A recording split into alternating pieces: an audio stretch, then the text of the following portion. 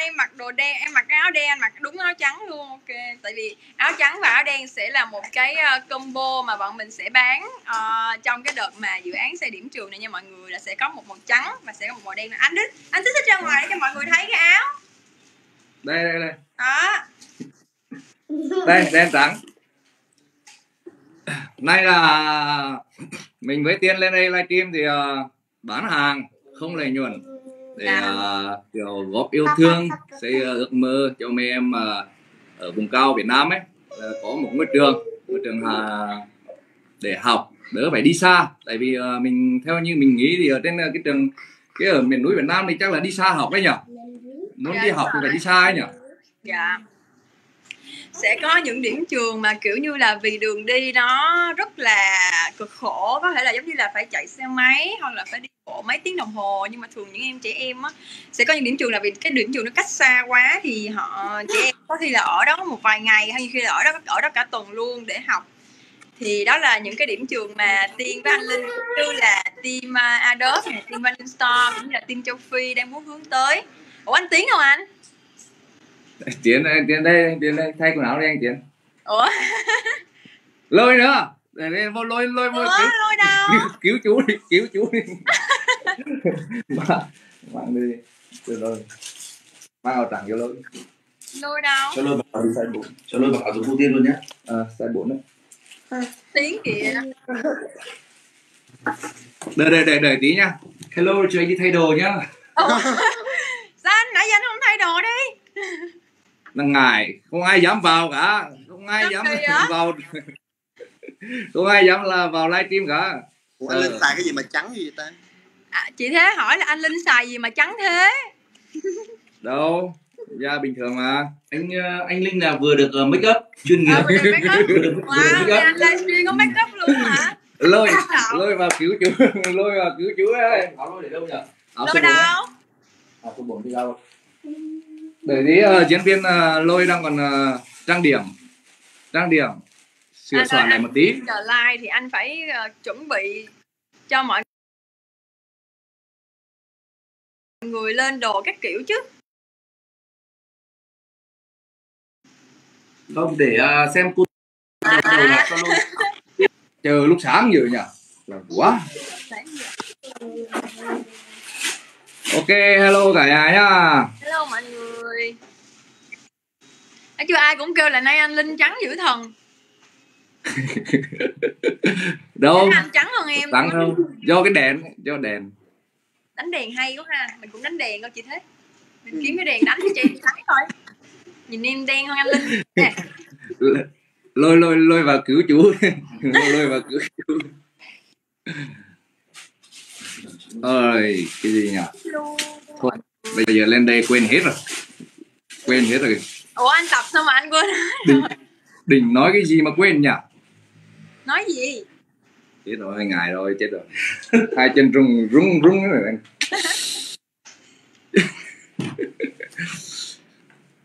Bây giờ bên bển là mấy giờ hả anh? Cái này 12 giờ chiều, 2:30. Đây, lôi đây, ngồi đây. Ngồi đây. Trời ơi, cô Téo. Đứng dậy. Thôi, ba anh em, ba chú cháu vào live luôn đi. Ok, chào tất cả các bạn nhá. Chào Tiên nhá. Chào bé Thế đang ngồi bên cạnh nhá. Thế chị. Lôi ơi. Mình đen quá. Dạ chưa? Dạ đi. Giỏi thế. Lôi nhá. Lôi giải cứu. Ôi. Giỏi thế. Bây giờ cô cái. Bây giờ nào, nhé. Nào. Bây chú đi. Nhanh lên. Trèo lên bàn đi. Ê. Trèo lên bàn. Ngại, ông không ngại thì thế mà vào đây. Có nhanh không để chú này. Ông nào cũng ngại. Chết tôi rồi. Nhanh đi. Chết tôi rồi. Cơ hội ngàn vàng được thơm lại cô kìa. Bê chú đi. Ông ngại cái gì? Sửa cái gì? Sợ. Ôi ơi. Lôi học tiếng Việt tới đâu rồi? Dạ đây. Vâng hạ đây. Hạ kìa. Dạ. Tiếng Việt đến đâu rồi? tí nữa hát cho cô Tiên nhá, hát cho cô Tiên bài nhá, bài mới nhá. Bài đâu mới like, sao bài gì mới like, sao lại bye rồi. cháu với chú cũng ngại như nhau đấy, làm sao mà cứu được chú, chết rồi. Hai bạn mà chưa biết nói gì thì để các đúng rồi các bạn comment đi, có mà lâu lắm rồi mà để Tiên với Ninh gặp lại nhau rồi xem là hai bạn cảm xúc như thế nào, hay là gì như nào. Nhưng mà cái em không đọc được comment, nó nhảy nhiều quá luôn á. Nhanh anh Tiến dắt câu chuyện đi anh Tiến ơi. Anh nhiều lắm. Anh chỉ thấy mọi người đang comment là chào các bạn. không cứu được mà không biết cứu được ai đây. Cứu là sao? Không cứu được anh Linh hả? Nãy anh Linh cứ kêu không cứu được là như thế nào, là các bạn phải nói rõ ra là không cứu được như nào.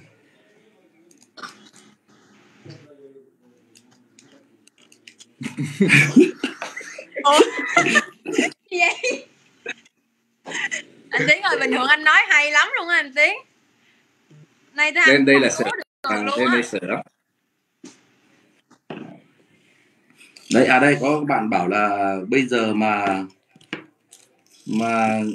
nếu mà để nếu mà để Linh gọi một tên thân mật của Tiên là Lọng Tiên hay Thùy Tiên hay là cô Tiên hay là như này, thì Linh là muốn gọi Tiên bằng cái tên nào nhất?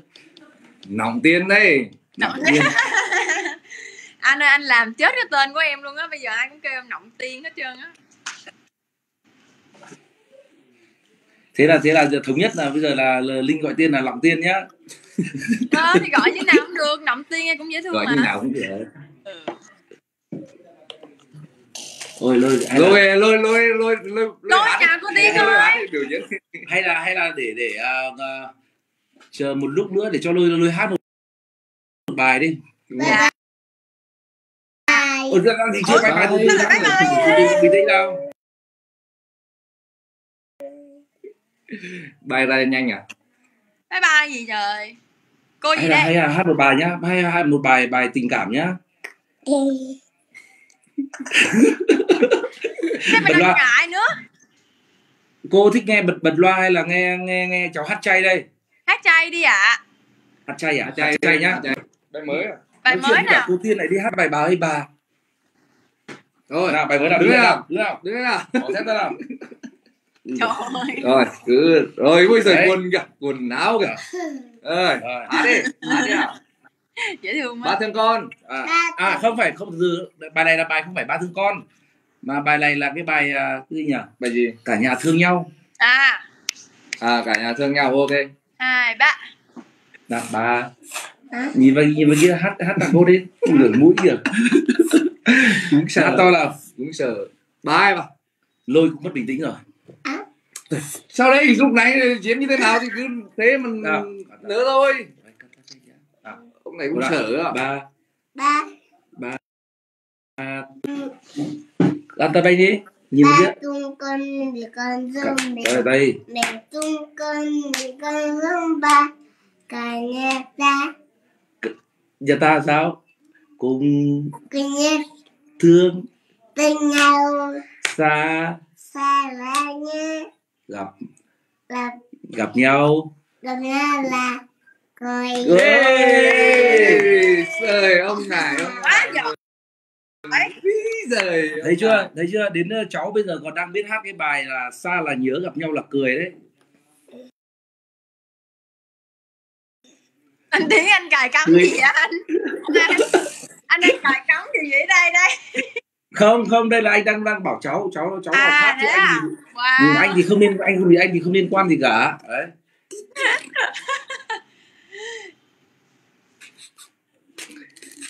Ok, sao chú Linh hôm nay làm sao thế?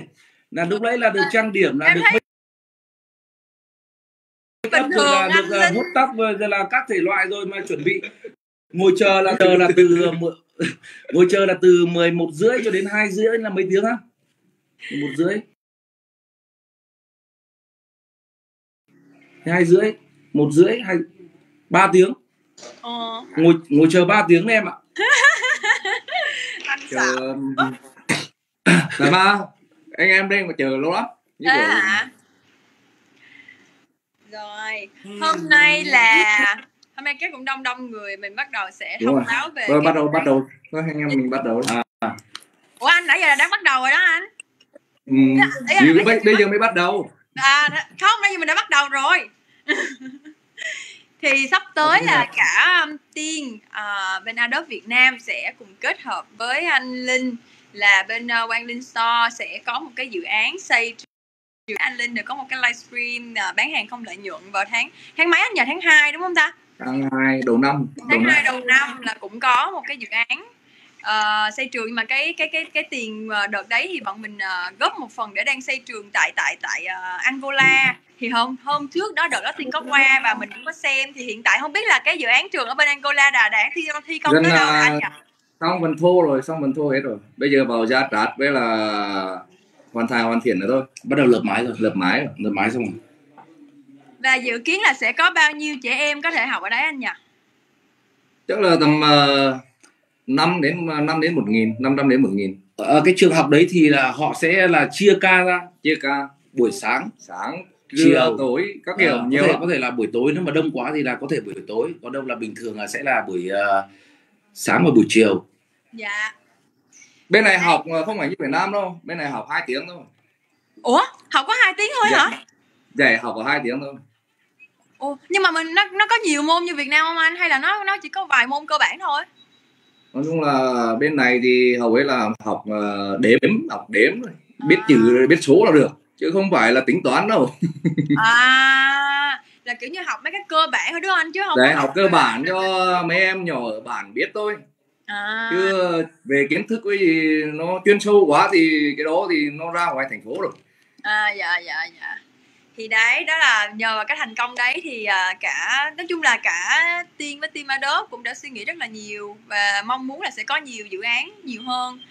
Và đây là cái dự án thứ 2 mà Adobe cùng với Quang Linh Store sẽ làm, đó là dự án xây điểm trường tại Việt Nam. Hiện tại về điểm trường thì cả team cũng có một vài địa điểm rồi, nhưng mà chưa có gọi là chốt chính xác địa điểm nào. Tại vì có một vài địa điểm như là ở Nghệ An cũng có nè, hay là vùng núi phía Bắc thì đều có tầm 3 tới 4 địa điểm đang ở trong tầm ngắm rồi. Nhưng mà bọn mình muốn chắc chắn là bọn mình muốn tới thực nghiệm khảo sát để chắc chắn là mình sẽ chốt cái điểm trường đấy. Cho nên là hiện tại là cũng chưa thông báo địa điểm chính xác cho mọi người, nhưng mà chắc chắn là sẽ là một trường ở miền núi, ở bên miền Trung hoặc là miền núi phía Bắc đó. Và ở trong đợt bán lần này thì vì nói chung là nó không có phải giống như hồi xưa là anh Linh về Việt Nam, tại anh Linh đợt này không về Việt Nam được, thì bọn mình sẽ có 2 lần bán, rồi bán trực tiếp chốt đơn với mọi người luôn. Nhưng đúng mà rồi, chốt đơn với mọi người luôn. Anh Linh thì lại không có ở Việt Nam đợt này, cho nên là bọn mình quyết định là chỉ là livestream và thông báo với mọi người. Sau đó là sẽ để những cái combo đấy để cho mọi người tự mua xuyên suốt một cái đợt luôn. Trong đợt này là bọn mình sẽ bán combo nha mọi người, chỉ duy nhất combo thì cái hộp combo nó sẽ như thế này. Combo thì đây nó cứ là một áo với là một chai nước hoa.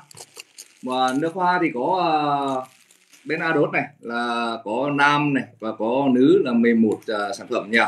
11 sản phẩm. Thì một combo như thế, một áo với là một chai nước hoa 30ml hoặc là 10ml. Cứ combo như thế mà mua nha các bạn. Đây là một cái combo chuẩn chỉnh của bên mình nha, có chữ Adobe, có Quang Linh Store và thơm cho mình và đẹp cho đời là cả hai cái slogan của hai bên kết hợp lại với nhau cho dự án lần này. Tiếp tục là mở ra chúng ta sẽ thấy, ủa cái hộp này, cái hộp mà em để hộp không à? Em bán hộp không à? Tất cả mọi người vào nha, vào giỏ hàng nha, ghim luôn đi nhá. Đây, mình mở ra thì mình sẽ có như thế này nha mọi người, rất là chuẩn chỉnh. Đây là mình sẽ thấy áo của anh Linh, áo. Rồi tất cả mọi người nhanh tay đặt đơn nào. Cái này là áo giới hạn nhá, Đây, cộng với một cái bảng chữ này có 2 chữ ký của Tiên và anh Linh và một chai nước hoa trong tay nha, có thể là 30ml hoặc là 10ml. Và mọi người sẽ được tặng một cái móc khóa rất là dễ thương, có cái wow, đẹp đấy. Ô sao bên mình không có nhỉ? Thích nhiều lắm. Sao chưa gửi sang bên Angola nhỉ? Ủa anh không có hả? Không, ở đây không có. Thế là Ở đây chỉ có áo. Cái móc khóa đấy là hàng độc đấy, hàng hiếm đấy.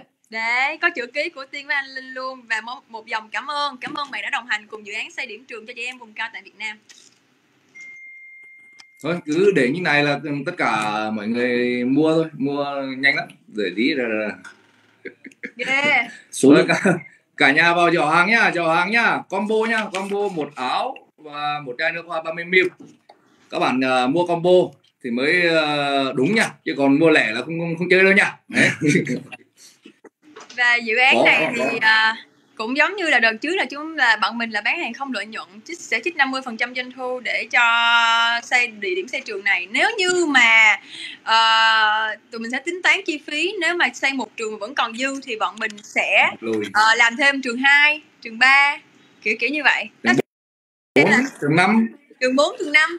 Yên tâm nha mọi người, vì chắc chắn là số tiền mà mọi người gửi qua thì cũng giống như đợt trước bọn mình làm thì bọn mình đều có công khai minh bạch hết tất cả mọi thứ, và tiền bạc thì cũng chuyển khoản qua bên quỹ của anh Linh rất là rõ ràng, rất là minh bạch. Nếu như mọi người tin tưởng có thể là đợt trước bọn mình làm việc như thế nào. Hello anh. Hùng ca. Ô đi đâu đây? Ngài quá. Mà đợt trước thì là mình cũng đặt cái tên là gì nhỉ? Cái nước hoa đốt là thơm cho mình và thơm cho đời. Thì bây giờ là được chuẩn. Thì bây giờ cái áo này đang mặc đây này thì là sẽ có cái câu slogan như thế nào nhỉ? Thơm cho mình, đẹp cho đời. Áo là đẹp cho đời đó. Đẹp cho mình, đẹp cho đời. Đẹp cho đời. Còn nước hoa thì thơm. Hoa. Xịt đi, kia xịt.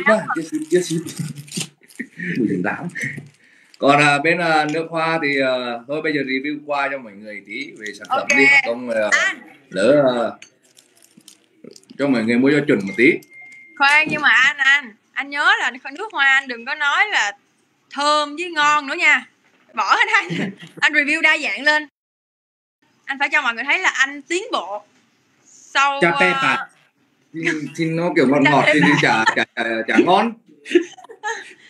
Rồi bây giờ nước mình hoa kiểu nó ngọt thì phải ngon chứ. Mà anh review đa dạng hơn đi để mọi người biết. Đây anh Tiến review cái. Anh nhưng mà học ấy, thử học đấy. Nhưng mà anh có biết tiếng Anh đâu. Thì cứ đọc cái tiếng Pháp ấy chứ. Tiếng Pháp à? Rồi tất cả các hai áo này. Sản phẩm này là chỉ có 5.000 áo nha các bạn. 5.000 áo, một đen một trắng này. Có limited luôn đấy. Đúng rồi, limited đấy. Limited. Thì áo thun thì bên mình thì chất vải thì cũng là bằng cotton thôi, cotton 100%. Áo thun sữa đẹp, logo in các kiểu. Đâu xem nào. Đây trên áo là có hình của ai giống như tao không? Có giống như Tiên và Linh. Okay. Đây có cả Tiên này. Đây là ai đây? Một em bé vùng cao anh ơi. Các em bé vùng cao này. Đây là em bé Lôi này. Đúng. Đấy, em bé Lôi này. Đấy, đợt này phía sau này là có trường học cắm cờ Việt Nam đấy nhé các bạn nhé. Là đợt tới là cũng sẽ có trường học mọc lên cho các em vùng cao. Dự định sắp tới đấy của mọi người sau khi là kết thúc đợt áo này đúng không? Dạ. 5.000 áo nha, 5.000 áo là lương hoa không có hơn nha. Đợt này bọn mình chỉ bán cho số lượng là 5.000 combo thôi và không có hơn, tại vì bọn mình cũng muốn là nói chung là quản lý cái chi phí đó cho nó thật là gọi là tốt nhất, để bọn mình gọi là không muốn dư hơn để làm thêm cái gì cả. Bọn mình muốn là có thể là trong 1 tới 2 trường cho dự án vùng cao, còn nếu mà sau này bọn mình có nhiều dự án hơn thì nó sẽ là khác. Ngoài ra thì cái áo này đó là hình ảnh Tiên và anh Linh bắt tay nhau trên cái sách thì có ghi chữ Việt Nam, thì cả team và team Adobe cũng như là Quang Linh Store hay là team Châu Phi đều mong muốn là có những cái dự án xuyên suốt tại Việt Nam.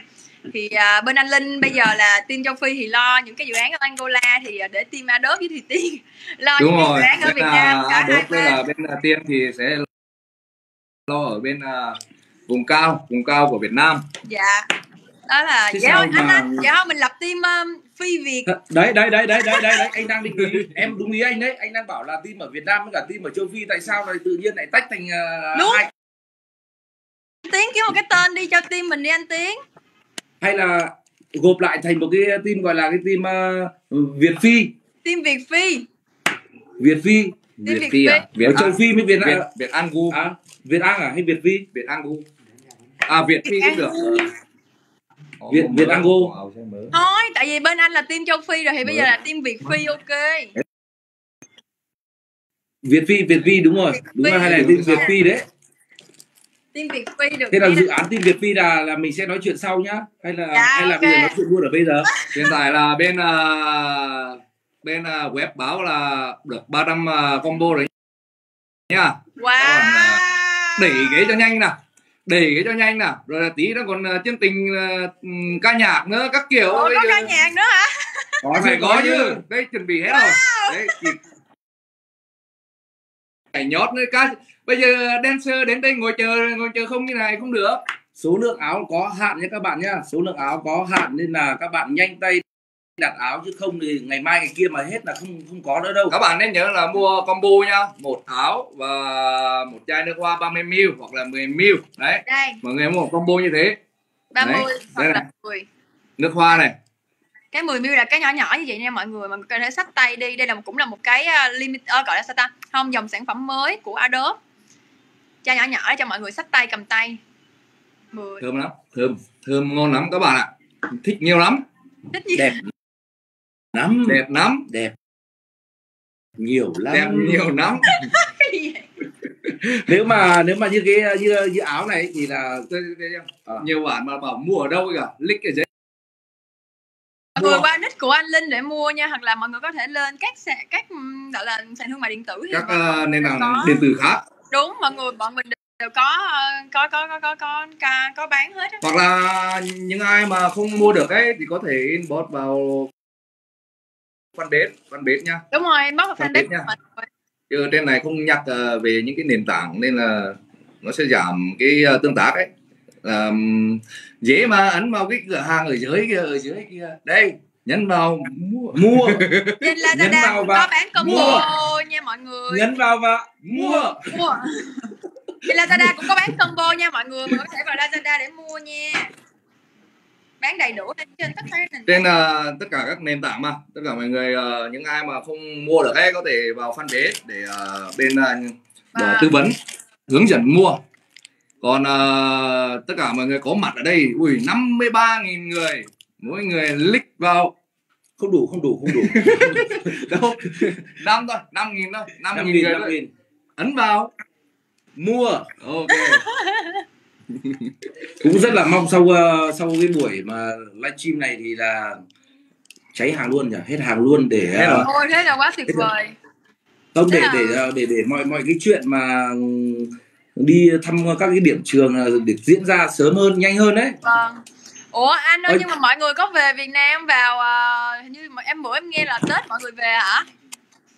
Thì bây giờ là đi thăm các điểm trường như thế thì chắc là phải về rồi. Phải về chứ. Sao hôm bữa em nghe anh Linh kêu Linh không về nữa? Anh Linh nhá. Đấy là ai bảo nhỉ? Anh Linh hù em đấy. Không, ai bảo nhỉ? Không, hôm bữa em thấy mọi người cắt clip ra mà. Anh like anh kêu không về được nữa đấy. Cái gì mà lý do với cả tìm cách cái gì nhỉ? Trước này em nói nhỉ? Thôi, em nói. Giải cứu. Các bạn nào con này. SOS. Bạn nào nói lại. Muốn cái gì? Muốn gì? Em nói lại được không? Thôi, em nói lại. SOS. Em giúp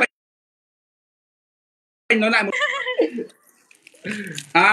Muốn thì tìm cách. SOS. Ôi cả nhà ấn vào chữ mua nha.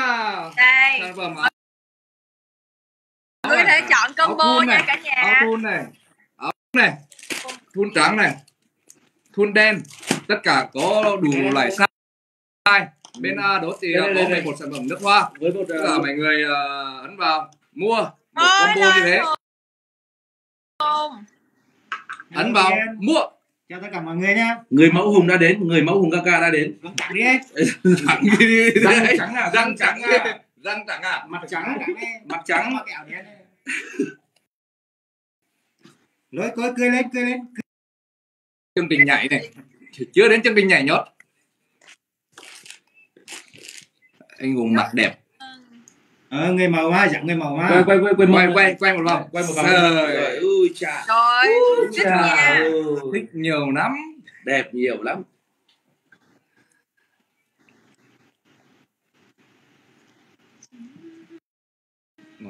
sao nữa? Ủa sao im re vậy?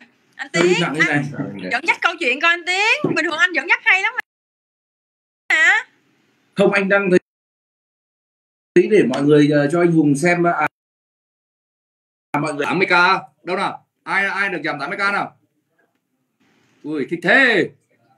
Ôi mọi người đang được giảm giá mọi người ơi, ấn vào đi mọi người ơi, ấn vào chứ. Mọi người kêu anh review mùi Ấn đi. vào Anh chứ. tin rồi. mua. Ấn vào chứ. Mua. Chỉ có mua và mua. Được giảm kia, nhanh tay cả nhà ơi. Hết đấy, tầm đâu đó là 30 phút nữa là hết đấy. Hết đấy. Hết chương trình giảm giá đấy. Đúng rồi, hệ livestream là hệ.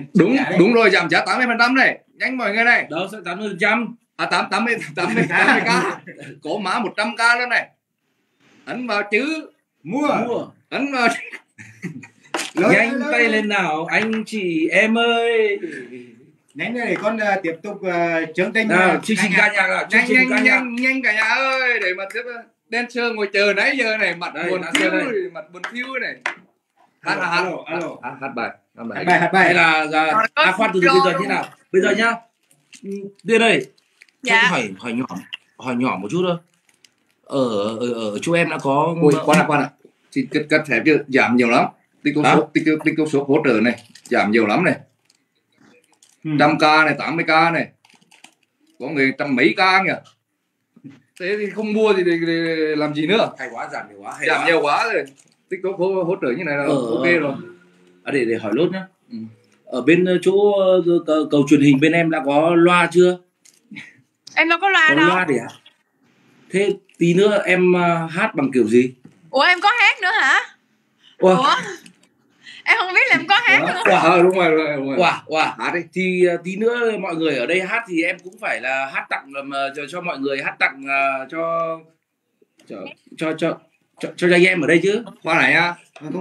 Hiện tại là bên TikTok Shop ấy là đang tiếp sức cho chiến dịch của bên mình. Đấy là được giảm giá rất là lớn, rất là nhiều luôn, giảm giá rất là nhiều luôn. TikTok Shop đang hỗ trợ đấy, đang hỗ trợ mình đấy để cho cái chiến dịch này nó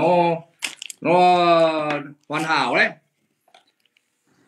Chứ nó giảm nhiều như thế mà, chứ còn bình thường là không giảm đâu, giảm 20k 20.000 cái gì thôi, mà bây giờ là giảm 80, có giảm 200.000 luôn này. Ui đây này 200k này, con nói phép đâu.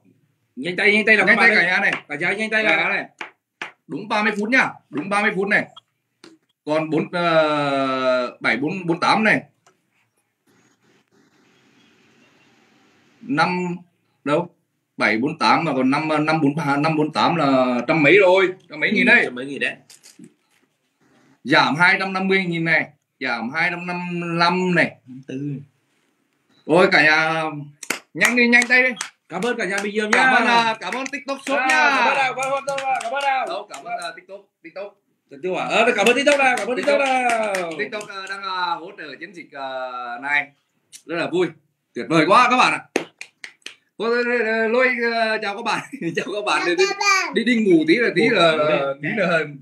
dancer kêu vào nhảy sau nhá. Vâng ạ chưa? Ok. Xảy ra lỗi rồi. Mình chịu khó đọc comment tí nhỉ, để cho mọi người lỡ may người ta không mua được ấy, nhiều người không mua được ấy.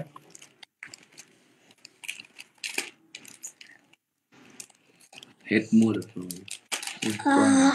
Có sao rồi, hết mua hết hàng rồi.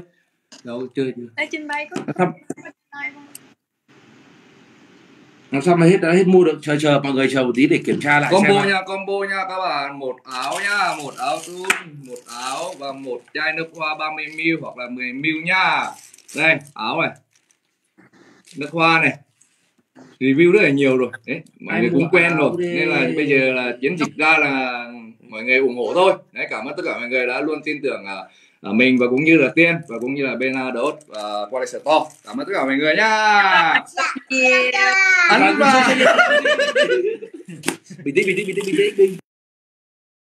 Đâu lại đi chào các bạn. Cô Tiên mà còn ngồi ở đây ấy, còn lâu mới chào các bạn được, nhớ chưa? Ghim lại đi ạ. Ok, đợi mình tí nha. Cho hàng lỗi rồi kìa. Chạy đơn rồi, chắc chắn là đơn lên nhanh quá. Nếu mà như một lúc nữa mà bán hết áo thì làm thế nào? Thì là Thì vui. đi chương trình ca nhạc nhảy múa đấy. Thì chương trình ca nhạc sẽ được kéo dài hơn đúng không? Đâu, cái này là tầm 1 tiếng rưỡi mà. 1 tiếng rưỡi là đến mấy giờ Tiên nhỉ? Hay là tí nữa mà Không, cái này mình theo cái chương trình của Tiên đấy chứ. Lỡ may bận việc gì. Mình cứ bình thường à. chơi lớn đi, hôm nay chơi lớn đi. Nếu mà 1.200 combo, 1.200 combo rồi nha. Là còn bao nhiêu nữa nhỉ? 1.200 combo đi thì còn 3.800. Là 3.800 nữa. Còn 3.800 combo nữa nha các bạn nhá. Nhanh Ấn lên nào. Ấn vào. Mua. Đấy. Ai mua áo đi. Ôi, đi. hết rồi.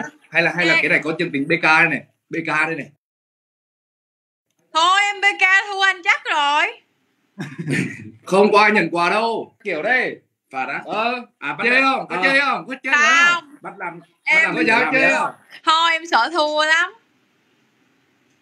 Bị lỗi rồi. Ủa lỗi gì? Lỗi gì nhỉ? Đâu, lỗi bên đơn hàng Kim à? Em thấy có mấy người bảo là hết áo đen luôn. Đâu? Mua đi. Làm gì? Nôi bảo ai mua áo đi. Phải bán áo đi. Nhìn nè, ai mua áo đi. Được giảm giá đấy cả nhà. TikTok hết mã rồi. Hết mã giảm giá. Hết mã giảm giá rồi chứ không phải là hết áo đâu. Hết mã giảm giá Không, rồi đấy. nãy thấy có người comment với là hết áo đen em đâu biết đâu. Áo còn nhiều mà vẫn còn hết mã giảm giá rồi, lỗi vẫn rồi. còn 3.800 áo. Anh lên. Bây giờ á em với anh BK đi đấy không? Nếu như mà ai thắng thì là gì? BK chơi cái gì cũng được. Từ cái gì? Chơi cái gì cũng được. Tùy theo mọi người thôi. Tùy theo mọi người. Các bạn ra kèo con cả nhà. Chơi gì nhỉ? Chơi thì cả nhà phải đặt hàng trước đi đã. Từ đã không lại BK thì lại quên mất rồi tí nữa. Không đủ mã. Nếu mà BK ấy thì mọi người cứ tập trung vào mua cái hàng cho xong đã. Đúng rồi. Mua cái hàng cho xong đã. Không phải tí là BK thì cuốn quá mà. Đấy, BK là cuốn quá mà. Nên là mọi người quên đấy. Cứ đặt hàng đi cả nhà ơi. Xong là vừa đặt hàng vừa nghĩ kèo cho đấy, có mã 35k đấy, có mã giảm 35k đấy. Không may mà có nhờ TikTok Shop nó hỗ trợ cho mọi người mua nó giá thành nó rẻ hơn đấy.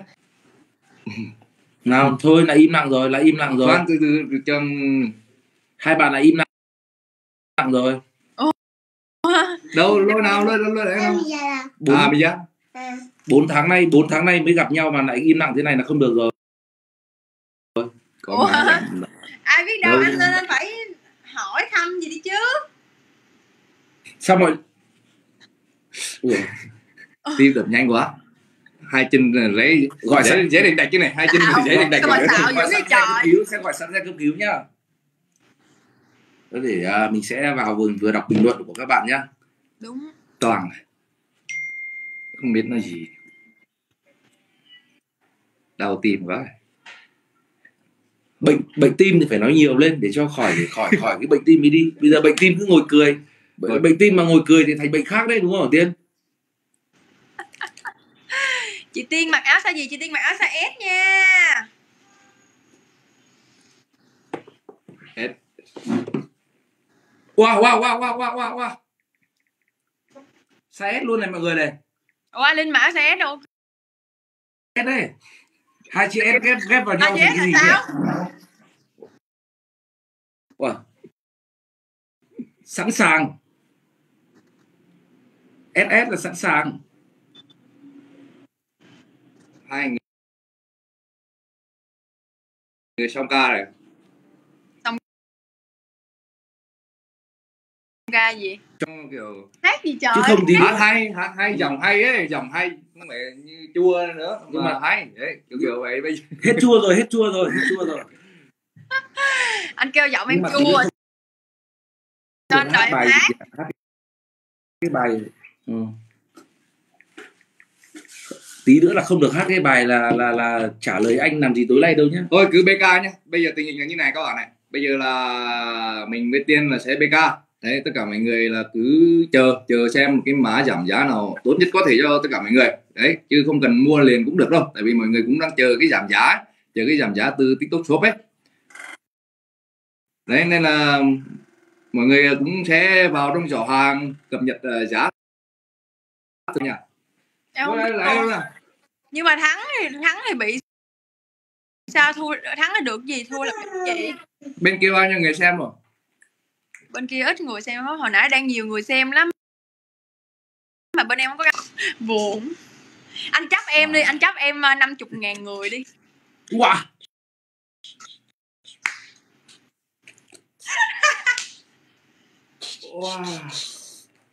Nào thì bây giờ là BK chương trình như nào để thua là được cái gì? Thua đổi avatar kìa. Thua đổi avatar. Ai thua đổi avatar để kèo như này.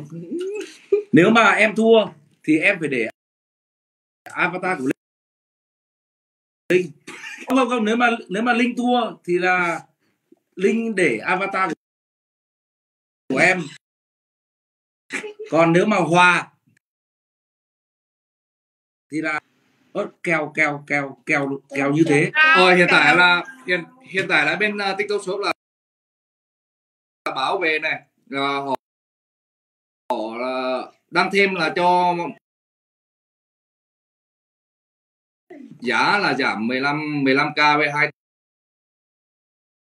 chỉ có 4 mã đấy thôi, các bạn ai may mắn thì được nhá. 15k với 24k, 34k các bạn.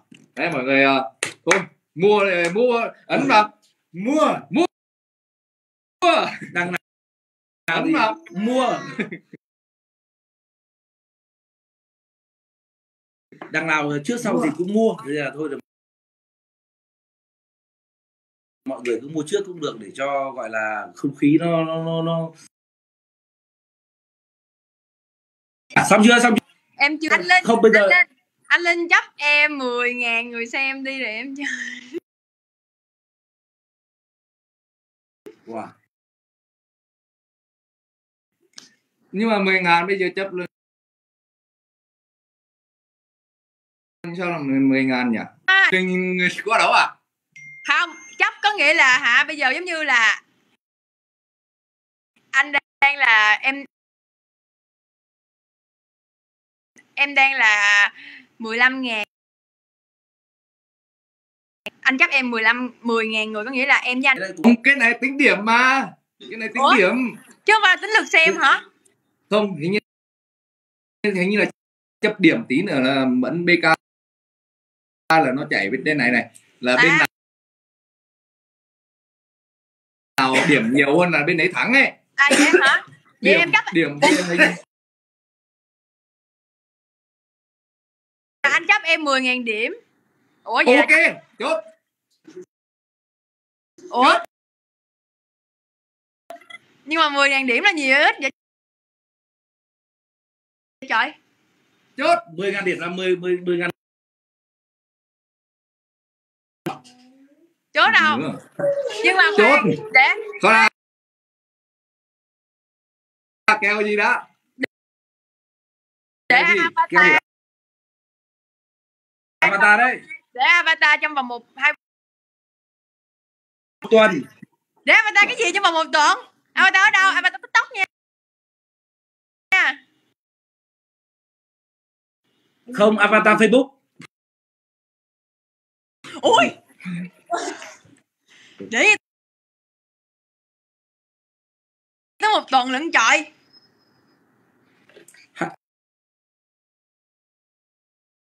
Hay TikTok đi. Nếu mà để toàn rồi. Nếu mà bây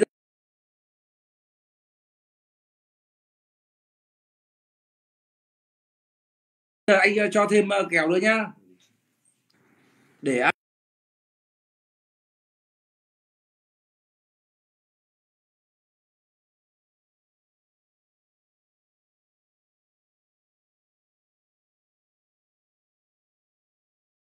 avatar ở trên TikTok đúng không? Nếu mà Linh thua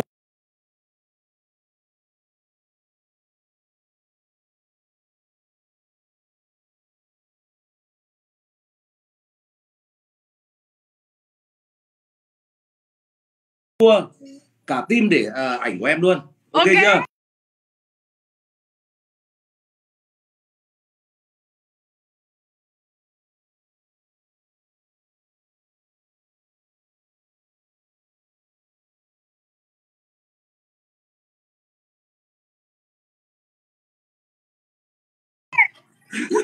Để 1 tuần. Ok.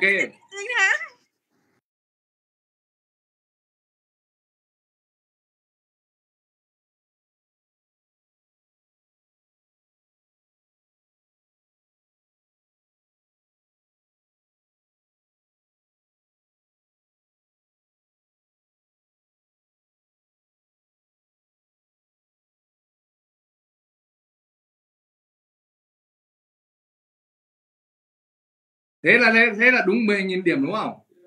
Không, 30.000 tí nữa để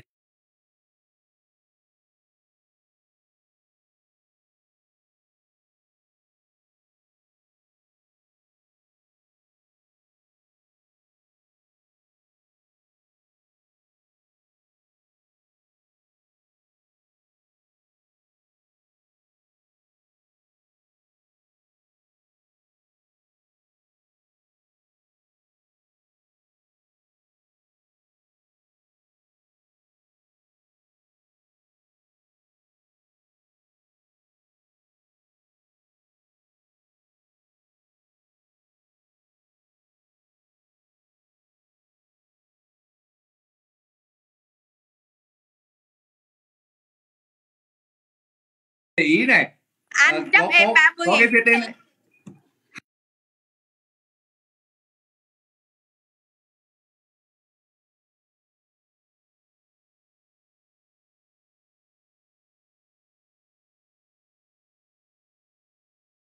Hay là thử nhá. Khoan, anh chấp em 30.000 điểm đi.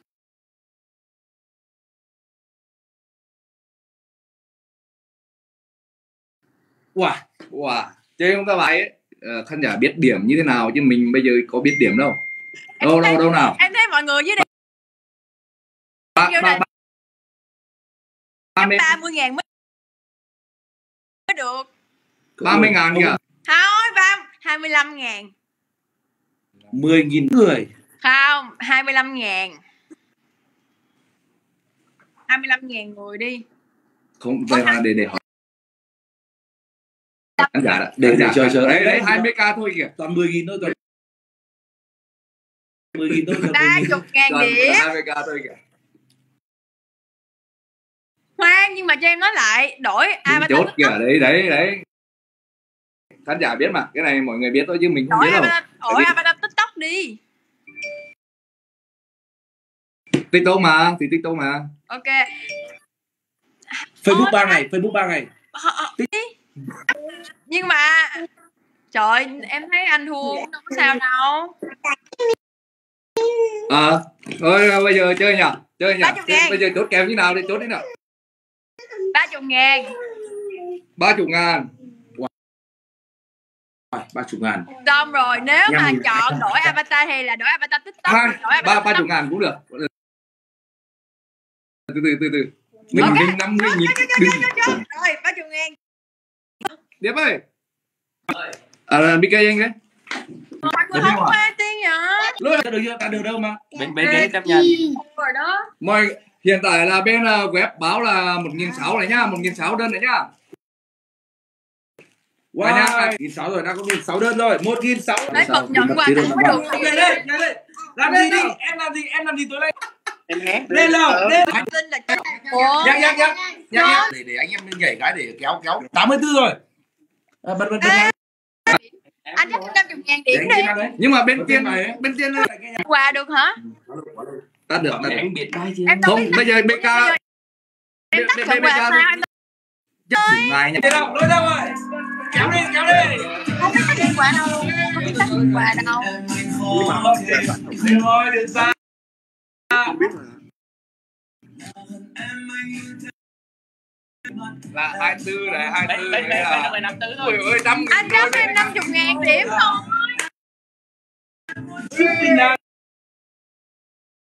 Ở trong tô là Ta ra đi. Yeah.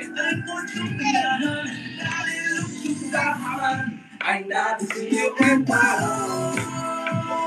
Đây, 100 đây. 100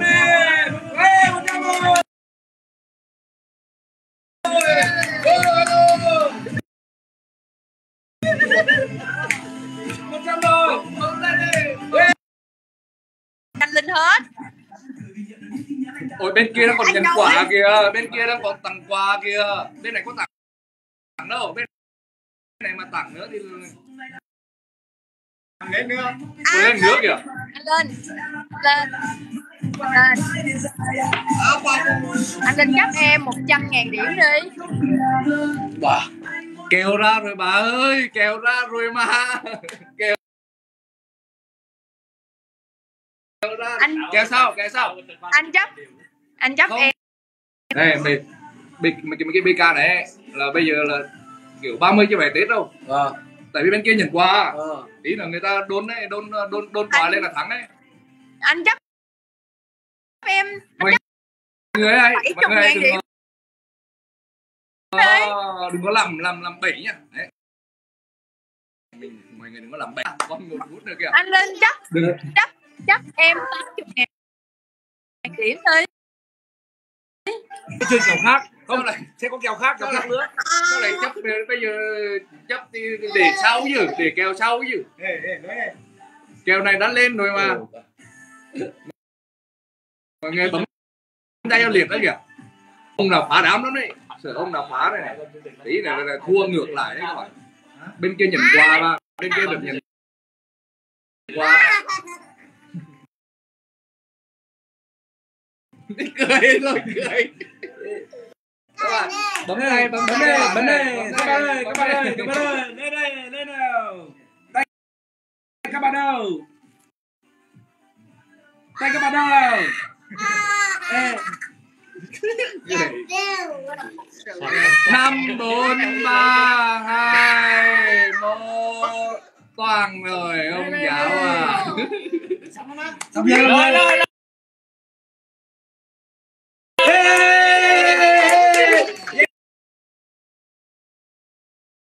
Em bị dụ mà chưa có BK thì kêu là chấp nhận BK đi chị, xong tới lúc mà mình BK thì kêu thôi qua anh Linh.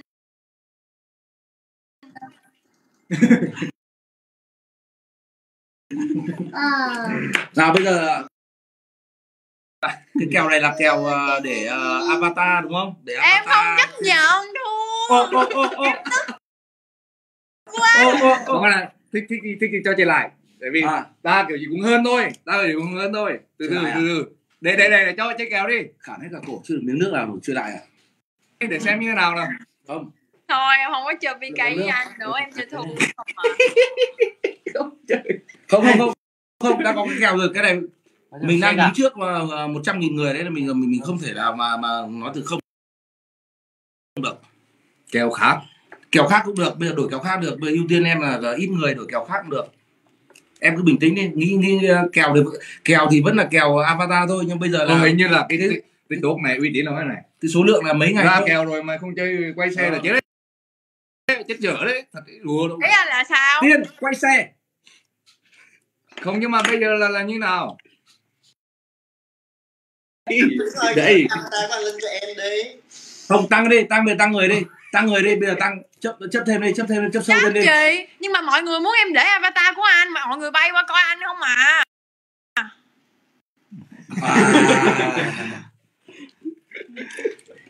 Không, bây giờ không biết làm nào bây giờ nhỉ. Nhưng mà bây giờ chấp nhiều hơn 50.000 người đi. Yeah. Chấp em 100.000 người đem chơi. 100 từ nha. Từ nha. 100.000 người các bạn kìa.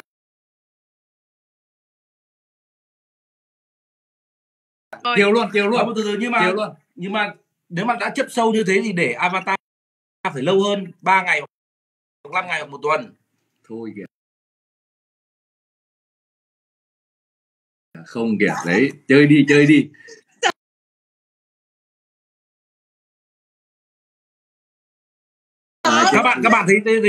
Các bạn thấy mình nói ok không?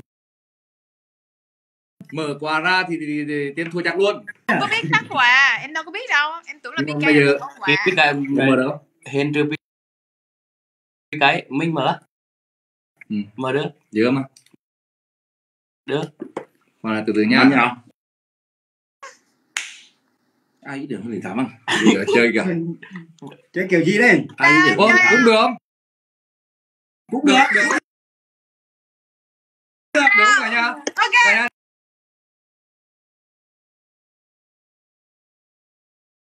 Được không? Rồi. Không bấm hay không gì cả. Thắng đây có gì đâu, đúng không? Các bạn quay xe của mình với nhá. Chỉ cần các bạn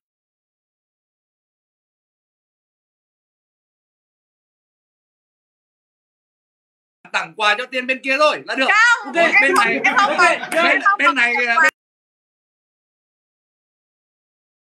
lúc nãy đúng không? Cái kèo đúng lúc nãy đúng không? Kèo để avatar. Em nói lại đi, em nói lại, em nói một lần, tất cả phải làm đúng như thế, chứ không thì bọn anh sẽ gọi em là Tiên quay xe đấy. Khoan, nhưng vấn đề là mọi người phải cho anh lên để avatar Tiên, chứ sao mà cứ hoa Tiên hoài luôn á. Thua thì thôi, em để 3 ngày. Tiên Linh sẽ khuyến mại để 1 ngày.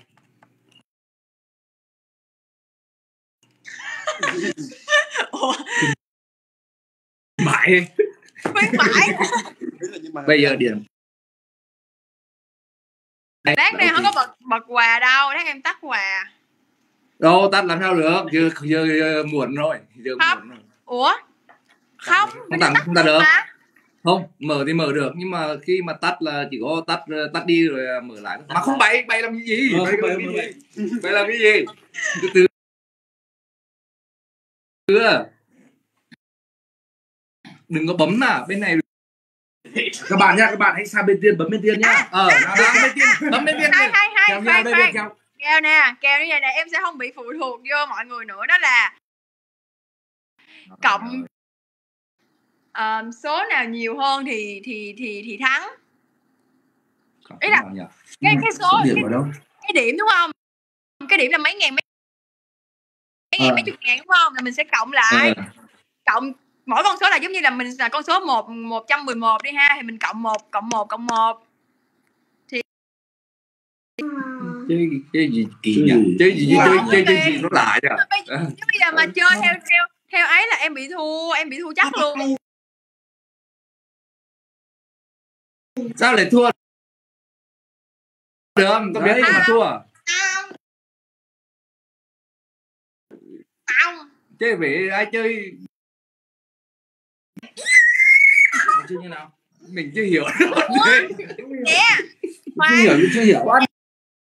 Ta từ nào? Nè. Như nào? Nè, anh thấy cái điểm của anh không, là nó là 100 mấy ngàn, 100 mấy chục ngàn này kia đúng không? Có nó đi lại cộng lại là coi là cái số là bao nhiêu. Thôi cái đấy để kèo sau đi. Cái đấy để kèo sau đi, bây giờ mình chưa đi kèo nào. Không, bây giờ hôm nay sẽ chơi 3 kèo, Chơi lớn đi, hôm nay mình lâu lắm mới được gặp nhau, chơi lớn đi em ơi. Ok, rồi bây giờ anh chơi sao? Năn nỉ đấy. Rồi. Bây giờ anh chơi sao? Đấy, như lúc ấy bảo là ai được nhiều hơn thì thắng đấy, như kiểu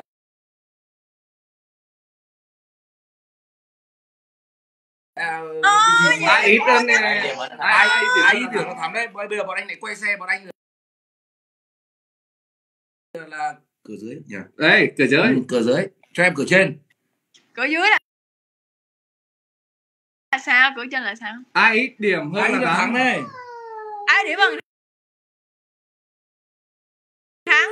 Nhưng mà là mọi người lúc đó là em sẽ thua tiếp, tại vì mọi người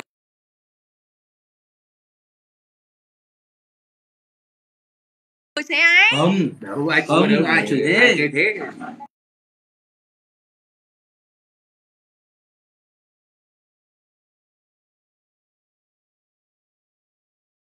Các bạn không chơi thế nha, đây mọi người không chơi thế nha. Ấn Thôi, ok đừng là có ấn sợ số 1 anh nào.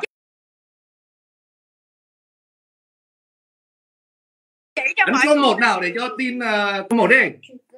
Ấn số 1 đi cả nhà ơi. Đấy, lên đây số 1 đó kìa. bây giờ là ai ít Lên số 1 đó hơn kìa. là thắng đúng không? Đấy. Đấy, số 1 để đồng tình rất là nhiều. À thế thì mình cứ ngồi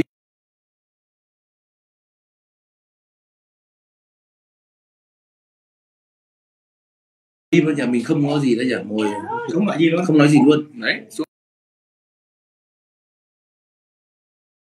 1 rất là nhiều. Có ai chơi như vậy Thì không? Đúng. Chơi ít điểm hơn thắng thôi. Chấp Chơi ít điểm hơn 100.000. thắng thôi.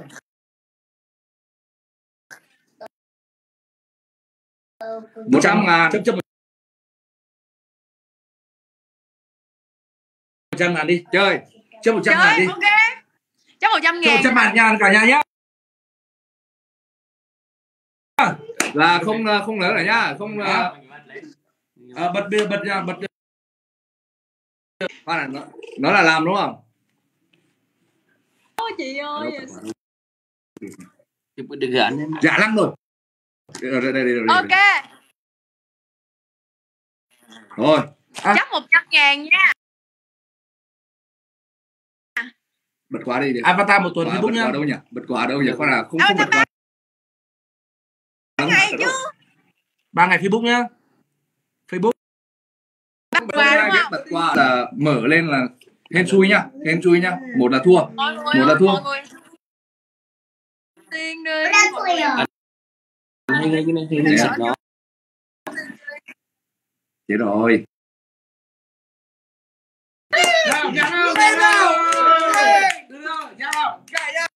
Mình ơi, lên nào.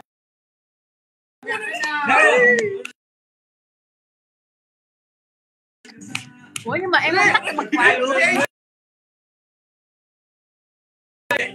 Toán rồi. Ui giời ơi. Ủa anh chấp em 100.000 lần mà. 100.000 mà. Bấm tay cả nhà.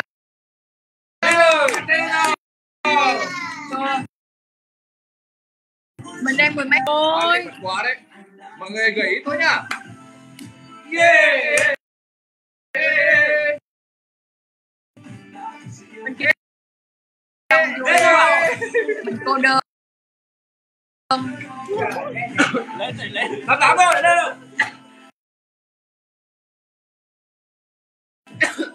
Qua đâu.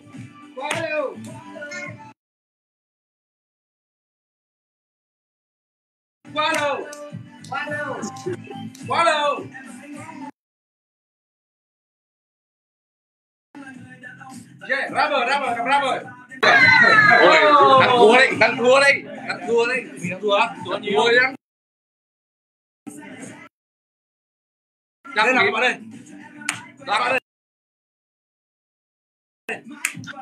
Đoan rồi. Mọi người ơi, hãy giúp Tiên với.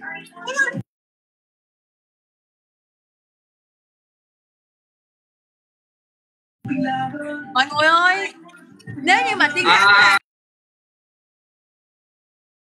là chính anh em bên team Châu Phi để avatar Tiên lận đó.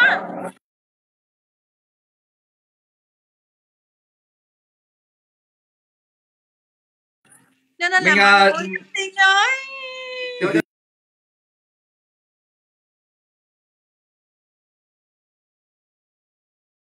cho mình xin phép nói tí nhá. Tất cả những cái số quà mà ngày hôm nay các bạn gửi là cũng tích vào cái quỹ của bên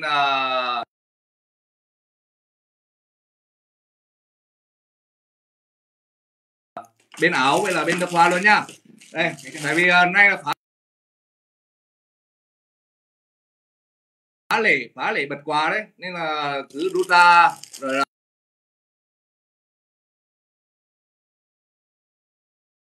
lấy cái số quà đấy là cũng góp vào cái Ok. học cái gì cho mấy em ở đây miền núi luôn nha. Ok.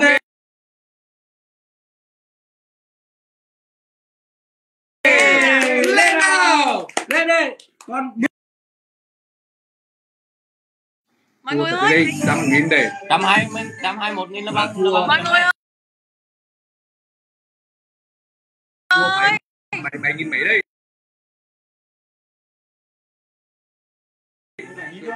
yeah.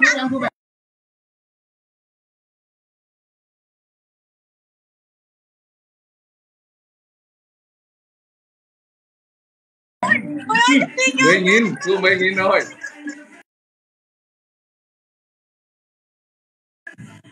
Mọi người Thua ơi, 10.000 rồi các bạn ạ.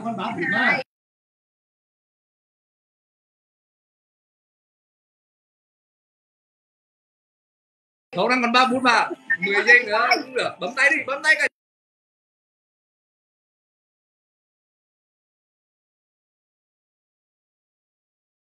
Nhà ơi. mọi người Bấm ơi, tay cả nhà ơi. mọi người ơi.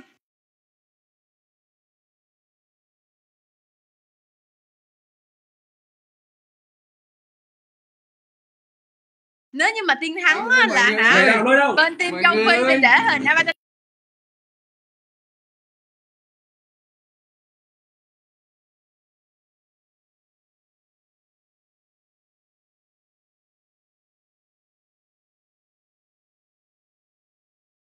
Đây này người ơi. 9 người để avatar.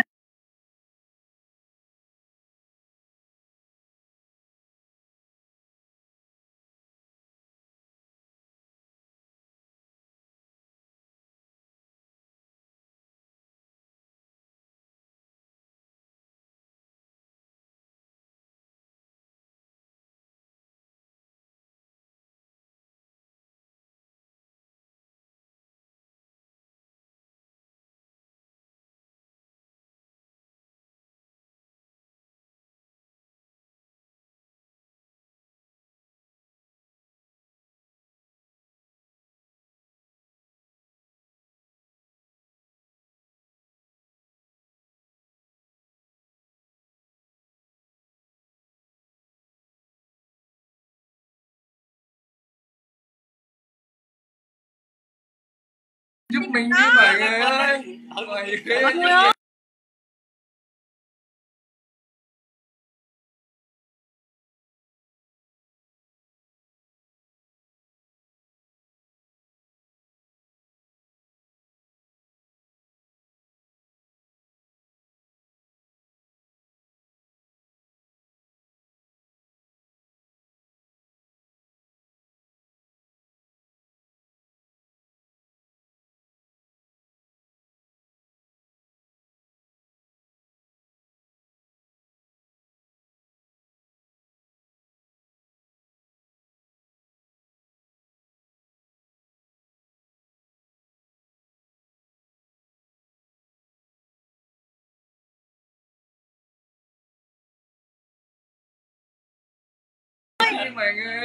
Hết điểm. Mọi người Ơi. ơi.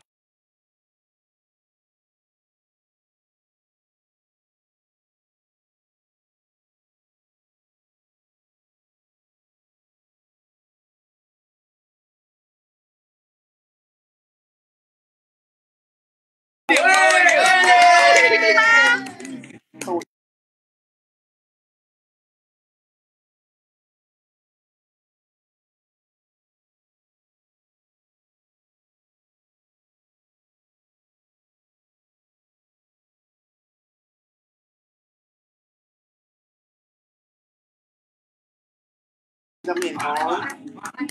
Mà ba ngày ngồi trước rồi chứ đâu.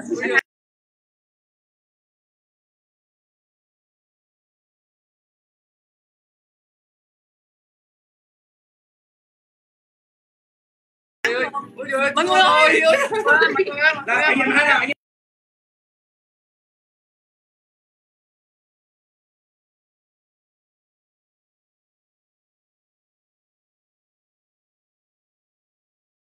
em hát để lên nào. Mọi người.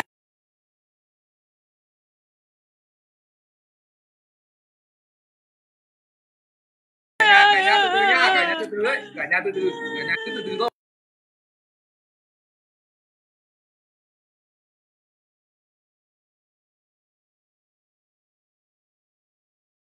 Cả nhà cứ từ từ thôi. Anh không đặt em mình.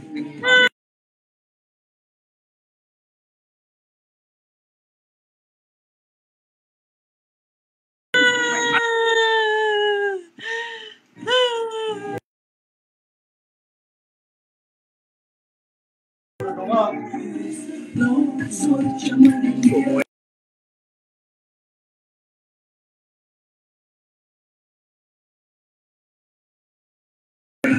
Lên nào. Để xem bật Anh độ số không một. thể chắc chắn ai đến.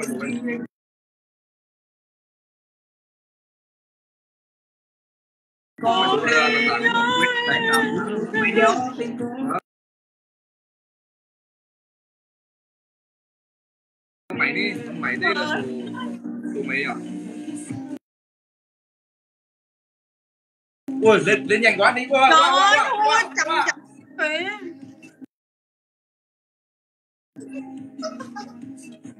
Ui, có mũ luôn này. Quả.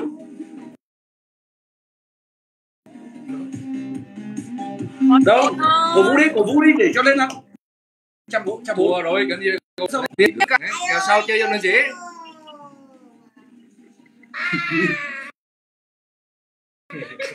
Bắt xỉu đấy. Kéo view, ông vô kéo view đây rồi. Kéo view rồi. Rồi 28.000 thôi. Em ra tín hiệu đi. Em ra tín hiệu SOS đi. À nhào nhỉ? Không ai cứu được em đâu. SOS làm nào? SOS làm nào? Hello.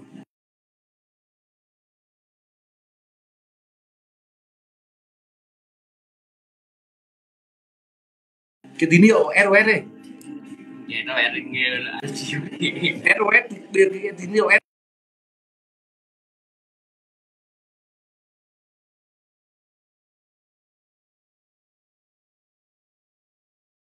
SOS để Còn mấy giây cái con ạ. Không. Bên tiên không ai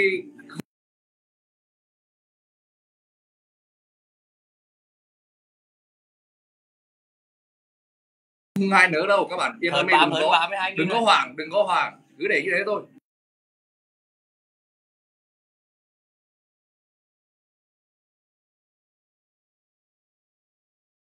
Đừng có hoảng. Thôi, tầm nằm đó. Đồ em đi. Zalo à? Chết rồi, Zalo anh. Nhưng mà ảnh ai? Ảnh của em Quy lời chứ. không, Cái logo chứ. Tâm ơi.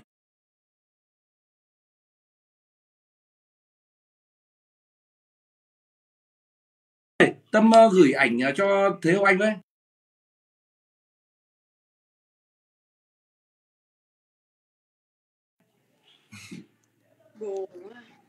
Xong rồi đưa điện thoại lên màn hình để cho bọn anh chứng kiến nhá.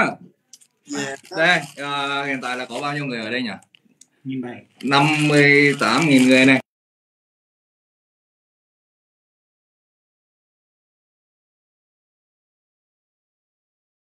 Mỗi người review lại à?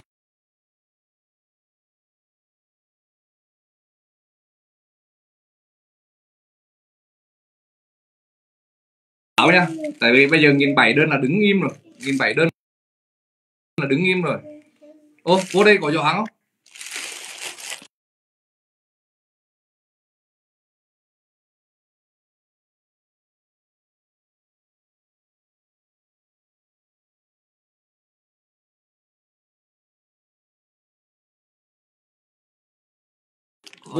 Vô VK đây có giỏ hàng ấy.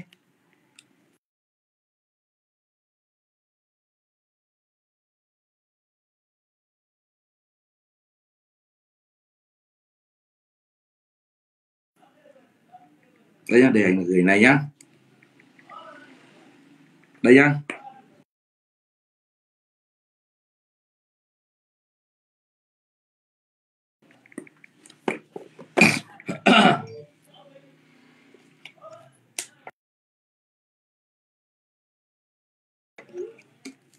Đói quá. Đợi tí những cái kèo gác sang một bên nha, đợi tí nha. Bây giờ 10.700 đơn mà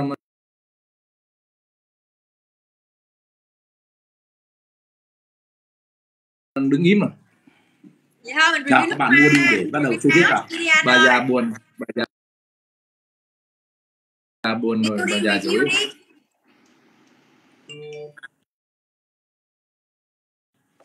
đi. Lồi buồn. Review đi. Rồi, hiện tại là hay là nói lại từ đầu nhỉ? Tiên nói lại từ đầu đi. Ok. Hello mọi người. Tạm biệt Thì các quý vị.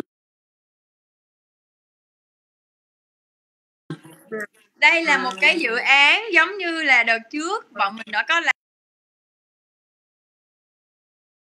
cùng nhau dự án bán hàng không lợi nhuận. Thì đây là cái dự án bán hàng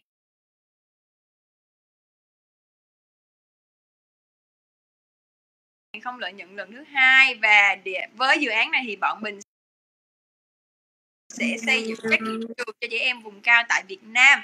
Có thể không phải là một điểm trường, nếu mà chi phí nhiều hơn nữa, có thể xây là 1 hoặc 2 điểm hoặc là 3 điểm trường. Và đây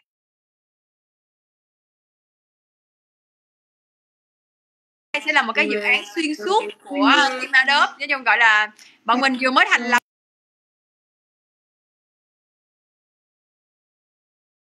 một team gọi là team Việt Phi, với team châu Phi sẽ lo các dự án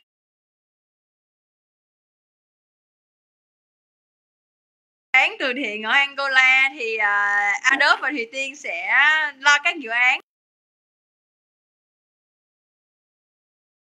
mà hai người kết hợp với nhau tại Việt Nam. Và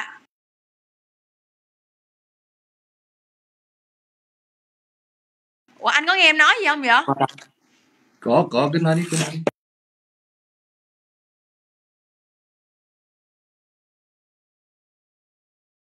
Vậy hả? Và ở trong đợt dự án lần này thì bọn mình sẽ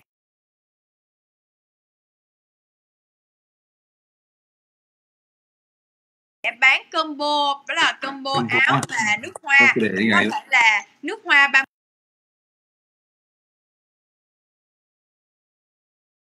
30ml hoặc là nước hoa 10ml. Còn áo thì bọn mình sẽ bán là áo giống như vậy.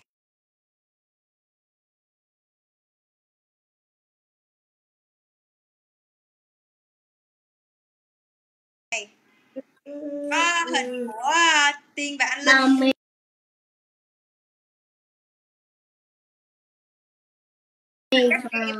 Áo đen nha, áo đen trắng nha, áo thun nha.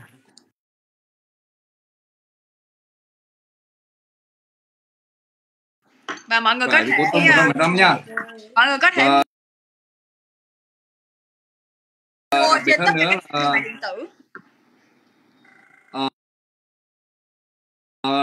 Combo nhá, combo 1 áo và 1 chai nước hoa 30ml hoặc là 10ml nha các bạn. Vào giỏ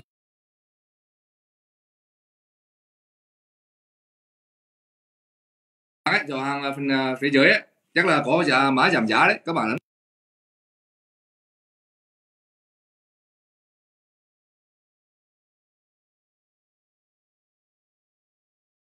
Vào để xem đi. Còn bên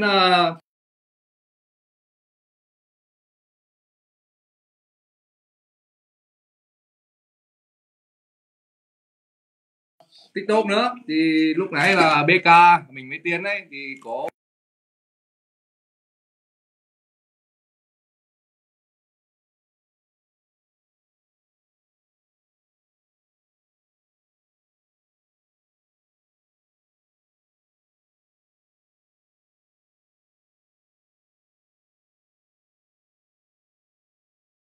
Đổi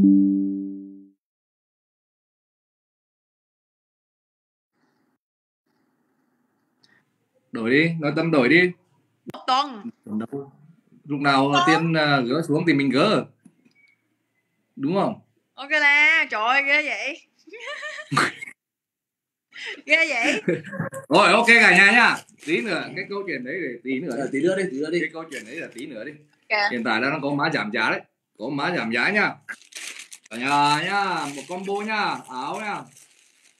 Ôi còn 3.000 đơn nữa, 2.800 đơn nữa, nhanh lên cả nhà ơi. Còn từng đấy là thôi. Đợt này bọn mình nào. bán combo thôi nha mọi người. Bán combo nhá. Áo này, Chỉ bán combo áo thôi. và nước Combo hoa áo nha. và Một combo này. Cả nhà ủng hộ mình với Tiên nha. Lên nào.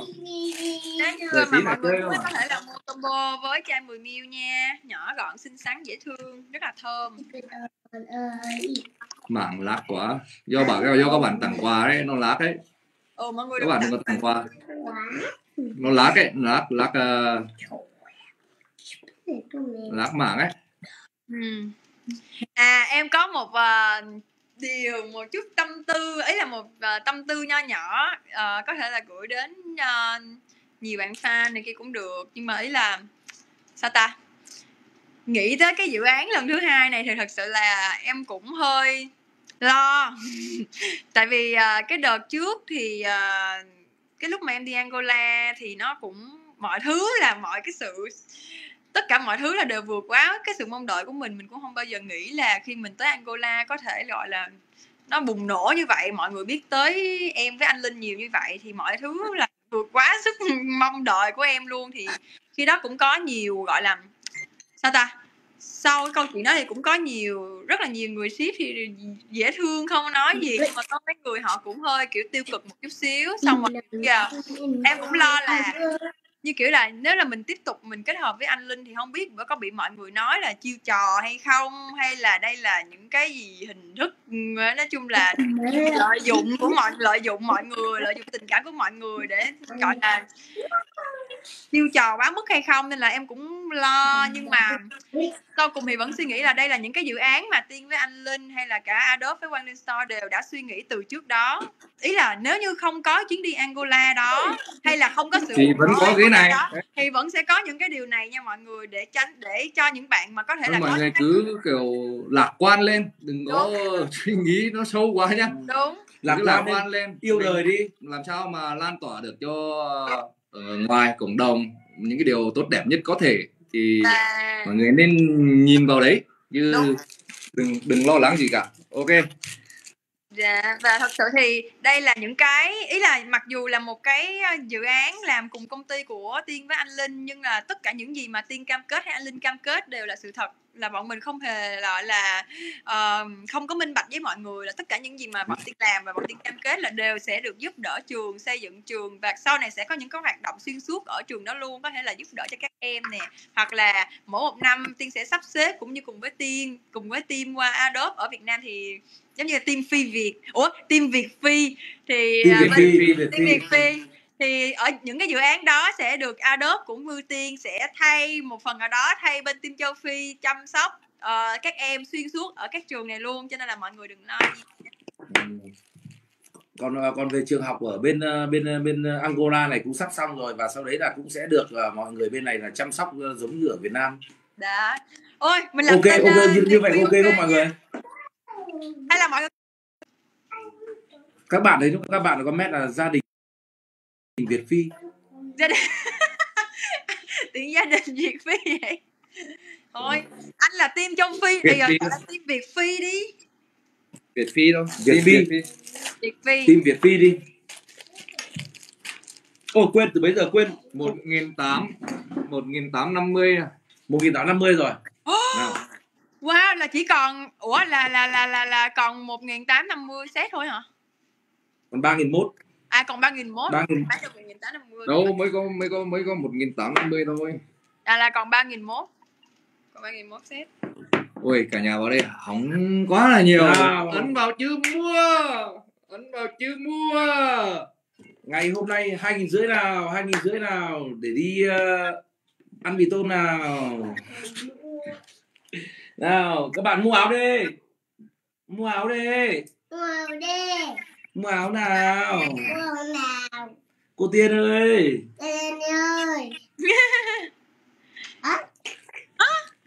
Trời ơi ngại kìa. Đứa cháu mà các chú làm được những cái điều mà các chú không làm được. Đây, giới thiệu với các bạn, nuôi con đã làm được những cái điều mà các chú không thể làm được. Sao vậy? Điều gì vậy? Điều gì á? Đó đâu. Đó đó. Đó là gì? Đó là Các bạn thử comment xem là Lôi làm được cái điều gì mà các chú không làm được. Đấy, các chú luôn. Cô Tiên. Đấy, được thơm cô Tiên là được cả cô Tiên thơm nữa nhỉ. Quan trọng là thơm cô Tiên mà sao mà còn chùi đi. Cô Tiên thơm mà. Đấy, chùi đi. Phí, rất là phí phạm luôn. Nào. Nào mọi người nhanh tay bấm mua để lên 2.500 nào. Cả nhà ấn vào chữ mua nào. Hay bây giờ như nào nhỉ? Từ từ nhé. Nôi từ từ nhé để xem. Không, căn bản là ngày hôm nay không hết thì ngày mai sẽ hết thôi. Đấy, nên là mọi người cứ thoải mái đi, cứ thoải mái. Cứ thoải mái. Đến 2 tuần mà. Vẫn bán cho tới hết 5.000 combo thì bọn mình mới đến 2 tuần hay gì đấy, nói chung là hết 5.000 cái combo đấy là ngừng bán đấy. Và có thông tin tất cả những cái người mua, có website các kiểu để cho tất cả mọi người check cho nó rõ ràng ấy. Đấy thì là mọi người cứ thoải mái thôi, cứ chơi vui vẻ đi, ngày mai ngày kia mua cũng được đấy. Combo hôm nay là chỉ hát đi nhỉ. Hôm nay có gì hát thì tặng cho anh em bài. Nếu mà không như hay là đầu tiên mình hát chay một bài đi, hay là mà hát bài gì em có biết hát bài gì đâu nhỉ? Hát bài gì nhỉ? Bài gì hôm kia ngồi ô tô hát nhỉ? Bài gì? Ngồi ô tô hát đi này, bài gì nhỉ? Quá lâu. Bài gì? Tôi hát nhiều bài lắm. Anh chọn đi. Chung tình được mãi. Đấy. Không. Bài đấy hôm nay không thể hát được ở đây được. Ủa sao vậy? Và cái hát bình thường mà có gì đâu. Mà nhạc không hát được đâu. Nàng thơ này. Nàng thơ nhiều người yêu cầu nàng thơ. Thu cuối. Bây giờ là Tiên hát bài thu cuối cho bọn anh múa phụ họa. Ok, thu cuối. Bên này sẽ múa phụ họa nhá. Hát thu cuối hả? Thu cuối nhá. Thu cuối hả? Mọi người nhắc lúc này quên không nhắc, đó là khi mà cái thu livestream này ấy, mọi người có thể qua các nền tảng ở phía ngoài như Facebook với gì ấy để đặt hàng nhá. Đúng. Cho nó dễ, chứ lỡ tắt livestream là mọi người không mua được ở TikTok Shop nữa, mà sẽ qua các nền tảng khác như Shopbet đấy, Shopbet các kiểu. Rồi thu cuối nào, mở nhạc lên nào. Bên anh mở nhạc, bên em hát hay là bên em có nhạc không? Em không có nhạc, biết kia hát tặng mà. Hát chay nhá. Rồi. 2, 3. Hát sao ta? Vô. Cho bao nhiêu thương nên bay xa, hẹn đồng mi khi thu đêm qua đã từng ngọt ngào, giờ nhìn đắng cay vì ai. Thu vân tao em ấm em bên làn gió vươn đến Mia đã dùng con phố mùa sự đâu xung quanh em vẫn là sao thân quen rồi về mưa lá dù một gió còn yêu anh nữa. Đã từ rất lâu rồi trong anh định nghĩa hay tình yêu thương không thể trao cho ai kể từ khi anh có em, mùa thu đó anh có em. Vậy có sao giờ sau một năm trôi qua người đã khác xa thật nhiều, anh nghe tiếng lá sẽ không còn em nữa, và mùa thu đến anh không còn em nữa. Có lẽ nào em quên đi, và có lẽ nào anh quên mùa thu, có lẽ nào chẳng còn lại gì trong tâm trí em, có lẽ nào em muốn anh đi xa mãi, có lẽ nào không phải người em yêu nhất, có lẽ nào Em phải tự nhủ rằng chỉ là một giấc mơ. Em mất anh rồi. Sao? Dám đến và đi những cái gì đã sắp đặt, trang giấy trắng không thể mở đi từng màu buồn của nắng. Ông vu vơ từng câu hát thì chưa bao giờ. Ô cái gì đây? Vì làm sao đây? Từ từ. Ôi sao nhỉ? Chết rồi. Dính cái gì rồi? Dính cái gì thì cảnh cáo rồi. Thôi không sao đâu. Lên. Cái gì? Yêu một việc có lẽ là không điều đấy. Em làm mảnh ghép cuối cùng anh còn thiếu. Trời ơi, hay quá vậy. Tiếng nhà này rap tôi luôn hả? Rap. Sao lại không rap? Để rap đây này.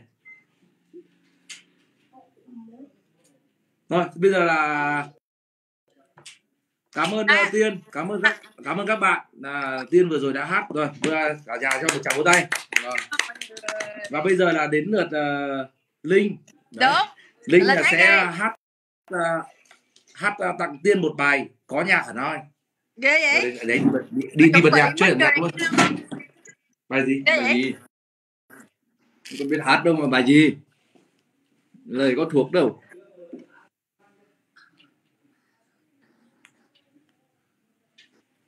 Hát bài gì? Điệp ơi. Ôi mệt quá cả nhà. Tên là gì nhỉ? À đây rồi. Hô hào hét to quá bây giờ. Bài gì đây? Bài gì? Nào. Trang rồi. Bài gì? Mấy cái bài tủ thôi. Đây bài tủ các bạn hả? tạm dừng nhắn tin vào máy của mình nhá. Tạm dừng nhắn tin vào máy của mình để cho mình gì đây? Bên hỗ trợ bên hỗ trợ. Bên hỗ trợ, có bên hỗ trợ. Bài gì nhỉ? Bài gì đấy? Bài gì ta? Hỗ trợ SOS. Link. Cái bài hôm qua là bài gì? Không bài gì nhỉ? Bài thôi. Có lẽ là cái bài mà hay hát nhất thì nó là sẽ là hát mượt mà nhất, tình cảm nhất, xúc động nhất. Sau đây là mình xin tự giới thiệu luôn, không phải hỏi ý kiến nữa. Đấy là bài Giả vờ thương anh có được không. Tưng. Là có nhạc luôn hả? Đâu. Ở trên dưới nào? Giả vờ thương anh được không đây đúng không? Nhưng mà cho đọc thì đọc kia Chu Bin hay như nào? Chu Bin.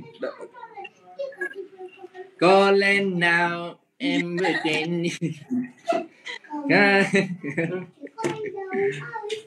Rồi lại luôn nào. Ôi có nhạc à? Ở đây lấy bên. Alo 1 2 3 4 5 bật kia này. Bật kia anh ơi. Anh lại qua đây. Bật cái nào. Đâu cái đấy phải sửa buồn cái Alo 1 2 3 4 5 6 7 8 9 10. Rồi vẫn các bạn vẫn lên đơn rất là nhiều. Thôi chết rồi vì dính gì cả. Có bao giờ em nhớ anh không? Đã bao giờ em thương anh chỉ một lần? Chỉ là Không có anh hát đi, em nghe anh hát bài này rồi. Trên xe ô tô anh hát bài này đúng không? hát đến vui thế này là lên cười. Thì hát đi. Người ta cười kìa, người ta cười nó không hát được. Xin lỗi được chưa? Hát đi. Hát lại nhá. Ok, hát lại. Hát lại đây. Người mà không một ai biết được. Em ơi anh muốn đi cùng em, đi hết đoạn đường đời. Ở đây đó chỉ có anh và tôi. Rất khiến mình. Từ đó quỷ đâu, quỷ không hát được. 1 giờ rưỡi. Bên em giờ đây chắc có ai tràn đầy. Anh cứ vã nhưng em lại phá cùng bằng không. Em ơi anh lạnh lẽo mới sợ lắm khi đông anh về. Sao vậy? Ủa tiếng cái cười. Run quá không hát được. Sao lại Anh xạo. không hát được. Anh xạo hả? Của anh trên xe ô tô đấy. Này xe ô tô. Đã bao giờ em thương anh chỉ một lần? hay chỉ là một giấc mơ mà anh nghĩ sẽ tồn tại bao giờ. Em đã từng khóc vì anh chưa, chắc chưa từng vì anh là người đưa. Anh xin dừng để gọi em yêu thương, tất cả nơi mà không một ai biết được. Đêm mai anh có đi cùng em, đi hết đoạn đường đời. Ở nơi đó chỉ có anh và em thôi, nơi em tình nhân đây. Tất cả đã xưa thật, nhưng điều đó chắc khó lắm phải không? Bên em giờ đây chắc có hơn 2 tháng đầy. Anh cứ vắng cùng bằng không. Em ơi anh làm anh sao khi đón anh về, xa vời những thương anh có được không? Hát hay nha. 10 điểm. 10 điểm, 10 điểm, 10 điểm. Hay quá. ngồi dịch ra đấy không phải. Ôi, có mũi à? Còn chốt Thôi đơn. nào lại quay lại chương trình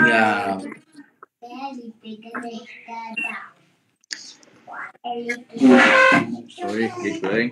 Rồi, xem ca nhạc xong là mọi người vẫn chốt đơn nha cả nhà ơi. Ơi, ca nhạc kết thúc rồi nha.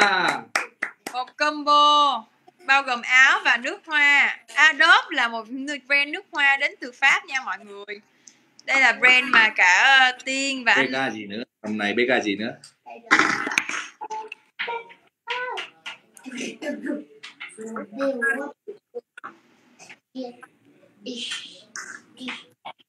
Thôi bây giờ chương trình gì nữa nhỉ? Hát thì cũng hát rồi. mọi người mua áo đi đâu rồi nhỉ? Mọi người Không đơn hàng thì người ta vẫn đặt thôi, vẫn đặt bình thường. Vâng. Bây giờ là các bạn có trò gì chơi hay là cái trò gì như nào nhỉ? Nói thế nào nhỉ? Cho nó dễ dễ bây giờ nhỉ? Hát tiếp đi kìa. Người ta bảo, khán giả bảo là Tiên hát đi. Ôi hát hoài vậy em biết hát gì đâu. Ui thấy hát nhiều lắm, hát hay lắm. Thôi có hát hay đâu. Hay là bây giờ hát song ca đi, bên đấy hát mà bên này nó lại hát. 2.000 đơn tổng rồi, 2.000 đơn rồi. Ồ 2.000 đơn rồi, yay. Yeah. Cảm ơn mọi người rất là nhiều. Cảm ơn tất cả mọi người rất là nhiều. Tất cả những hình ảnh về điểm trường và Tiên sẽ cũng như là cái hành trình xây dựng như thế nào đều sẽ được gọi là cố gắng sẽ quay lại tất cả nha cho mọi người để thấy được. BK bảo lại BK tiếp đi, BK cái gì đây? Đây một combo nước hoa và một combo nước hoa với áo nha. Áo đen trắng này, nước hoa thì có 11 mẫu mã này. Đặc Các biệt bạn là phù hợp sẽ với có mẫu mã nào thì có thể mua mẫu ấy nha. 30ml hay 10ml đâu nhỉ? 10ml rất là dễ thương đây nha cả nhà. Rất là dễ thương và rất là lợi. Đây là Adobe là một dòng nước hoa từ Pháp cho nên là hương thơm thì là rất là ok luôn. Cả nhà ấn vào chữ mua. Thơm quá. Ấn vào chữ mua. Không có gì nữa nhỉ? Không có chương trình gì nữa nhỉ? Hát song ca thôi bây giờ nhá. Hát song ca. Hát được, yên tâm anh sẽ hát được. Hát được. Đấy, bây giờ cứ hát đi. Mà khỏe mà. Hát được à? Hát được. Đây. Hát được. Không. Hát một bài hay là một đoạn ngắn thôi cũng được để gọi là nó thay đổi không khí. Đấy. Dạ, Cái bài gì nhỉ? Em trong con ơi Ngôi nhà hoa hồng. Ôi hát cái bài này dễ ghép lắm. Dễ edit lắm. Bây giờ là đây là các ông các bà là cắt cút cắt các kiểu rồi. Cắt nhiều lắm rồi. Hát cái bài gì mà Không sợ đâu, không sợ cắt đây, không sợ đâu. thôi công lắm. Ôi có chương trình gì nữa không nhỉ? Mọi người nhỉ? Bây giờ chờ tất cả mọi người đặt áo thôi, đặt combo áo nước hoa thôi. Đúng, đây, chai 10ml và chai 30ml nha cả nhà yêu. Đây cả nhà là ấn trong vào cái giỏ hộp hàng combo nhá. có thêm một cái móc Không khóa cắp hút nữa. đâu. Cả nhà ấn vào giỏ hàng nhá. Cả nhà nhá. Nói đi kìa. Cả nhà ấn vào giỏ hàng nhá. Hứa kim tóc Cả cả nhà nhà. nha. Ấn chữ mua. Cho em mua. review nước hoa một chút xíu nha. Mọi người bên em hỏi về nước hoa. Đúng rồi, tư vấn cho khách hàng đi. Tư vấn cho khách hàng đi. Mọi người nói là review nước hoa mùi nào thơm. Hiện tại á, đây là chai My Rose thì là mọi người có rất là quen thuộc rồi. Cái này Tiên mang đi ha. Tiên mới phát hiện ra một cái mùi mới rất là ngọt ngọt. Kiểu mà ngọt ngọt kết hợp với các bạn nào thích ngọt nha. Thì là mùi Star Night, kiểu là ngọt ngọt phấn phấn á mọi người, rất là thơm. Nếu mọi người thích có thể order chai này nha. Khoan, bây giờ nếu như mà một người đàn ông bình thường thì sẽ thích người phụ nữ đó là mùi ngọt hay là mùi mát? Linh nha Tiến.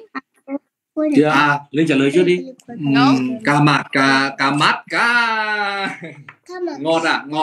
Ngọt với là kiểu mát the the rồi đó, với là kiểu mà ngọt ngọt. Thì là anh thích phụ nữ là mùi nào? Mùi nào nhỉ? Mùi ngọt đấy nhỉ? Ngọt hả? Ngọt. Vậy anh Tiến là Nào mùi đến mấy nào? cũng tăng thành mây. Anh Tiến là mùi nào? Ngọt hay là mát? Vội vàng. Đâu. Vội vàng thua ấy ta đan bàn tay. Ngọt anh gì là anh thích Anh thích cái gì? anh thích ngọt ngào, thích nhẹ Ngọt. nhàng. Vậy là mùi ngọt là có thể là mùi này nha mọi người. Star Night rất là ngọt, rất là thơm luôn. Ai muốn cua anh Linh với anh Tiến thì cứ order mùi này. Đúng màu hồng đấy. Ngọt ngào, Đấy, nhẹ rất là nhàng, thơm. ấm áp. em Hoặc là những cái chai nhỏ Ai như chả thế thích này. đúng không? Đúng, ai chả thích. Chai nhỏ này cũng có mùi mới nha cả nhà.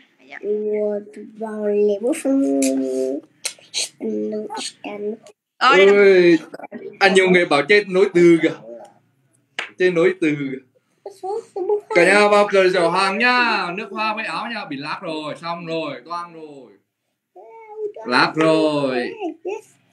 Ôi, mình bị mang. Đâu không khỏe mà. Bên Tiên bị à? Đâu, bị mình mà.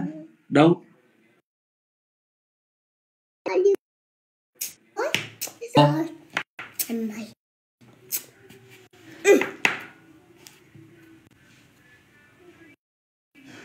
Chết rồi. Mát quá với ngọt quá chạy mất rồi. Vừa xịt qua cái là chạy luôn. Xịt qua chắc là mà nóng quá. Nóng quá. nạc quá. Bên kia là rất mảng rồi. Thôi cả nhà vào giỏ hàng nhá. Giỏ hàng mua Để gọi điện không? mua áo với là mua combo nhá, mua combo áo nước hoa nhá. Để ủng hộ dự án xây trường học cho mấy em ở trên vùng cao nha các bạn, vùng cao ở Việt Nam nhá. Cả nhà nhá. Cả nhà quá để chạy rồi. điện thoại hết pin. Gì rồi. Ê, tưởng là bảo là mát quá, ngọt quá rồi. Nhưng mà cho anh hỏi một câu ấy. Tiên ơi. Sao? Lúc đấy em họ có hỏi Linh là gì nhỉ? Linh thích ngọt hay là mát đúng không? Dạ. Xong rồi em xịt luôn cái ngọt và mát vào tay em à? Không, anh có đâu, cái chai này là chai sữa mới thì liên quan. Thế em mà chưa xịt em xịt đi. Em bảo là ai mà muốn của anh Linh với anh Tiến là cứ order mùi Star Night, mùi ngọt. Em chẳng cần lời. Thật nào anh bên này ngửi thấy mát quá, ngửi thấy mát luôn. Chai này cũng là Đây, review chi tiết áo cho tất cả mọi người xem này. Em chẳng còn lời. Áo thun nhá, màu sữa này. Rất là đẹp. Ở giữa là review ở giữa đây. Đây là quả địa cầu này. Đấy, đây là quyển sách với cả có hình Tổ quốc Việt Nam ở đây này. Đấy. Đây là cầm tay nhau này. Bắt tay nhau. bắt tay nhau ba nữa. Bắt tay nhau mới cầm tay nhau giống nhau. Đấy là các em ở bên cạnh đây là vui vẻ, gọi là thấy anh chị bắt tay nhau vui vẻ đúng không? Hay như nào? Mình thì không phải là ở mảng review cho lắm nên thấy như bắt nào. tay như kiểu kết hợp đấy. Kết hợp, bắt tay kết hợp đi. Đấy. Đấy, bắt tay kết hợp để xây trường học ở phía sau đây. Đấy. Cái kiểu ấy. Có cả bóng đá, vũ trụ rồi các thứ các kiểu đây. Xong là bắt tay nhau xong rồi cả thế giới cười. Cầm tay nhau, anh em bắt đi nào, đi thế nào. Anh Tiến ơi. Đây là nha các bạn nhá. Linh này, Tiên này, bắt tay nhau, cả thế giới cười. Đây là cả trái đất Cười. Ôi, Cười đi nào. Bên tay áo thì có theo là logo. Đây là team châu Phi. Áo đen cũng vậy. Cả nhà. Còn nước hoa thì cả nhà mua cứ combo đi cho nhanh nào. Đây này. Nước hoa nhiều lắm này. B1 mẫu này. Đây là nam nhá. Bên này nam này. Bên Tiên là nữ. Bao nó cùng món là đã chỉ thế. Combo nha cả nhà ơi. Ấn vào chữ mua ở giỏ hàng ấy, ấn vào giỏ hàng ấy, ấn vào chữ mua ấy. Ui nóng quá à. Nóng. toát mồ hôi này. Hay là rồi. Chơi trò chơi đi, chơi nối chữ kìa. nối chữ á. Nối chữ. Thằng ngô thằng con đậu Nào. Hay là cho đôi hát bài tặng cô Tiên nhá. Liên khúc, đúng rồi. Liên khúc. Bây giờ là đến phần liên khúc. Từ từ nhá, liên khúc nhá. Nào, mic đâu. Để cho cô Tiên xem liên khúc của Lô nhá. Đâu rồi. Cái ta là lý tưởng. Em chẳng có trong không đâu. Chơi mình để anh lấy beat nhá. Tâm thân em đang ra si ta bông ước cùng muốn Cô đang hỏi cô Tiên gọi kìa. Cô Tiên kìa. Ngồi kìa. Dạ. Bây giờ bắt đổi avatar là cái gì? Kèo nào mà bây giờ là bắt mình đổi avatar nhỉ? Lúc nãy chơi kèo như thế nào nhỉ? Nói lộn xộn quá không biết là mình làm gì. Rồi chốt nào. Mình đi rồi. Mất tiếng rồi. Mất tiếng không? Được chưa? Alo. Được gì ạ? Vẫn được chứ. Mệt thật đấy, chưa đùa đâu. Không phải. Nước nó bị bõm.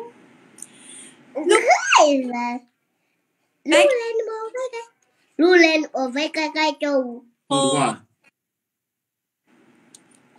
Một con. Có karaoke đâu nhỉ? Một con vịt dài cái. Được rồi. Alo. Đâu nhỉ? Tớ mic nào đấy?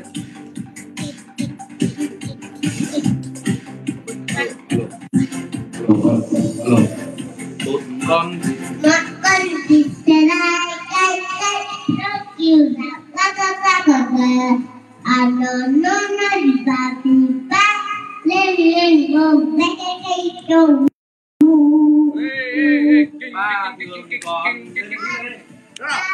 Con thì con đâu về cùng con thì con không ăn lại nhà ta.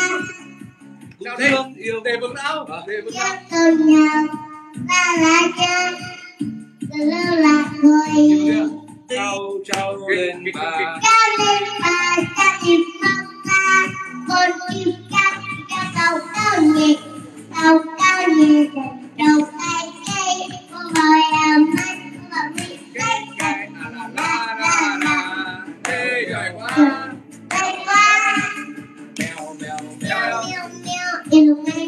Mèo sao lên mẹ eo anh lại đâu mà nhé nó lại lời cây mèo leo lên bà ta đi mơ cao. Cô thương cháu thì con chim cạn cho thằng cao nhẹ. nhau cay cay có bài am hát có bài vi cay la la la la ba tung quân thì con dâu mẹ tung quân thì con dâu ta ngoài nhà ta thương nhau ta lại nhau ta cười một con gì lại cay cay lúc khi vàng khóc con quả quả nó đi vào tìm đá lên lên cùng cay cay cầu Có bài gì nữa? hả? Hết chưa? Hết chưa? Hết rồi à? Cảm ơn luôn. Trời quá trời. Hết chưa? Hết rồi. Thế rồi bây giờ Quá. cái bạn bảo lúc nãy là mình khuyến mại gì một ngày đấy. Khuyến mại một ngày á? Anh nói à? Anh có nói à? Anh nói. Lúc Thôi được rồi. Thế thì lúc đấy thì cũng là Linh để một ngày đúng không? Ủa có hả? Sao là không phải nhỉ? Thấy mọi người cứ đòi. Thôi đây chờ mình 1 phút, chờ mình 1 phút. Anh Linh để tuần đi. ba mẹ Để một tuần.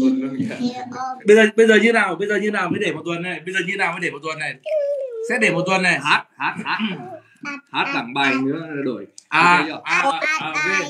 bản đồ Đi tím quá chứ còn gì nữa. Hát đẳng bài mới đổi. ôi trời Nào để cô chú vào việc à? Mà anh muốn em hát bài gì? Không. Bài gì nhỉ? Không yêu cầu. Không yêu cầu. Không yêu cầu. Bây giờ là tự tiên sẽ hát tặng Linh một bài.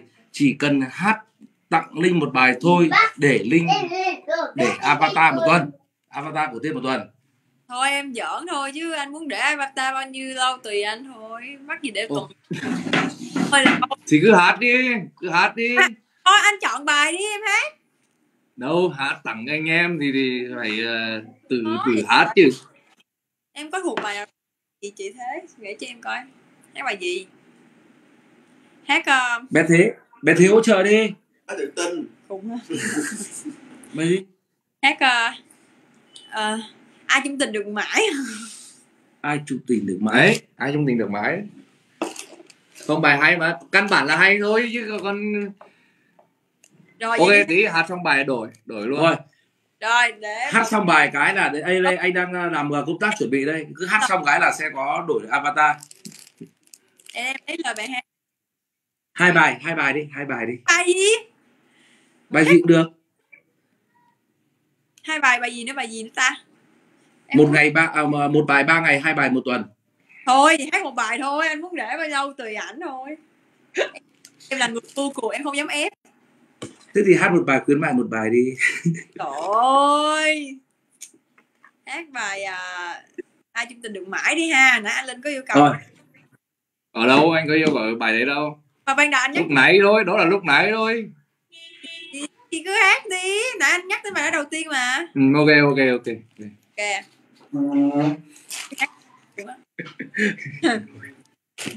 Ủa đúng không? Cái tông nó hay đúng không? Trời sợ hát sai tông quá nè. Nào. Vô nào.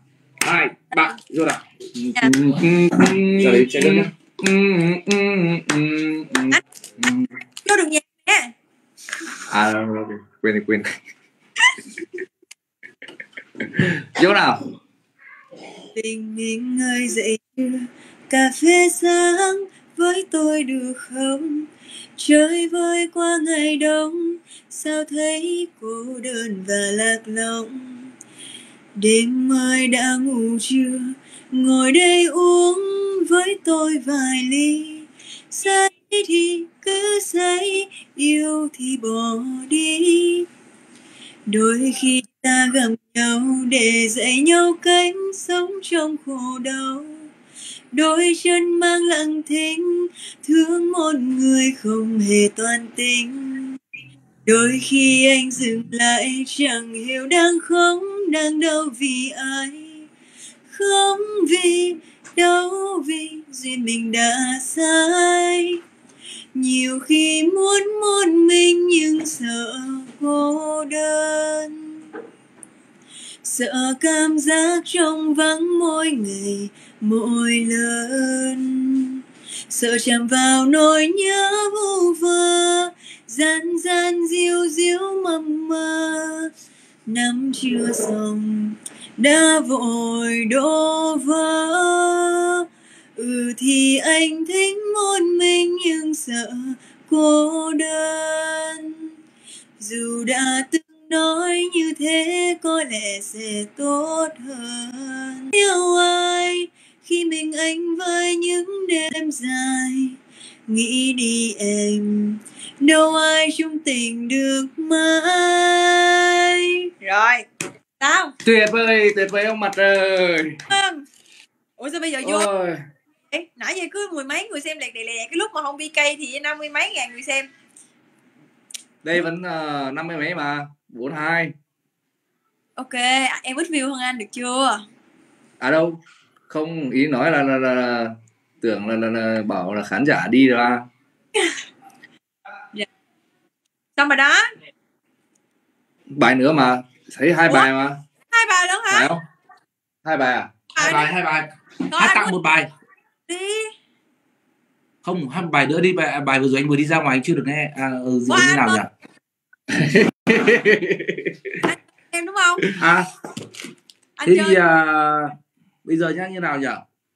Hát bài gì? Bé Thế ơi. Bé Thế kìa. Bé Thế được. Dạ em nghe. Bây giờ chơi như này sành điệu luôn nhá. Bé Thế chụp ảnh cho anh Tiên ngay lúc này, xong là gửi sang cho anh. Rồi đổi anh là đúng không? Đổi luôn. Anh đổi luôn bây giờ luôn. Ngay lúc này luôn đấy. Em wow. Tiên quay sang bên kia để cho Thế chụp ảnh đi. Đấy, mà đang đứng đây. Đấy, chơi phải lớn như thế, chơi phải giữ thế luôn. Chơi phải uy tín chứ. Chơi phải uy tín thế luôn. Uy tín chứ. Ủa em cũng uy tín chứ bộ. Thì đấy có ai nói là không uy tín đâu. Nào. Đây đi hả?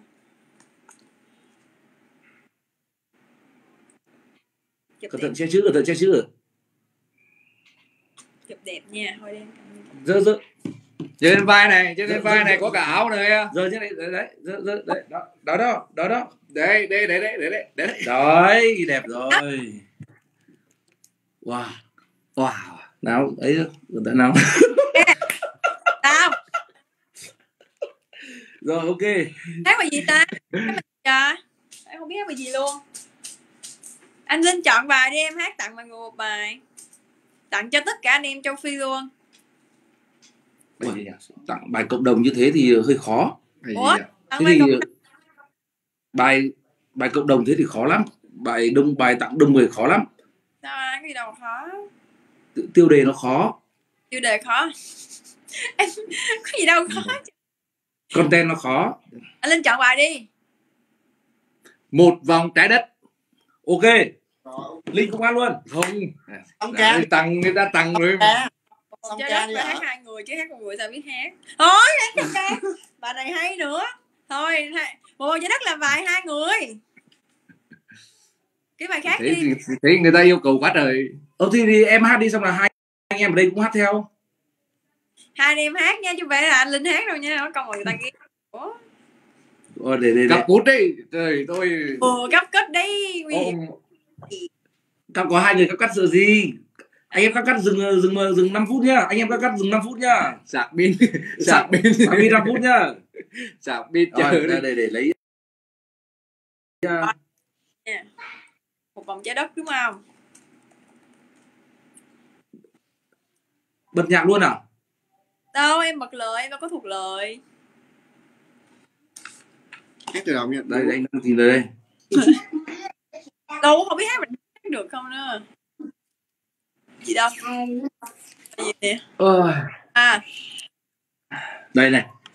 Thế đi. Anh phải giới thiệu xong thì mới hát đúng không? Thì sau đây là bài hát một vòng trái đất thôi. Không, ở trong này nó có giới thiệu này. Đố các bạn trên thế gian này. Đố các bạn trên thế gian này khoảng cách nào là xa nhất này. Đấy. Nó không phải là khoảng cách từ ngọn núi này đến ngọn núi khác. Kêu quá anh Tiến rồi. Không phải là thôi được rồi, hát đi. Trái đất cứ lặng lẽ quay, đôi ta cứ lặng lẽ yêu, hứa yêu nhau đến muôn đời sau, hứa yêu nhau có trăng và sao, trái đất cứ lặng lẽ quay, đôi ta cứ lặng lẽ xa, xa nhau không phải không hợp nhau, xa nhau vì bao lỗi lầm. Khúc này hát sao ta? Yêu anh không, Cô thứ yêu anh không. Hát đi này. ngồi đây đi. Đấy anh ra lịch. Ngồi đây hát đi đâu nhỉ? Để cho người ta cắt cút lên nhiều lắm đấy. Yêu anh không, hát đi đâu nhưng mà mình không biết hát đến đâu rồi ấy. Nè, đúng rồi, yêu em không, anh yêu. Anh Sao lại anh là 1 2 3 đây chỉ cho. Đây này, cái đoạn yêu em không đây này, đây.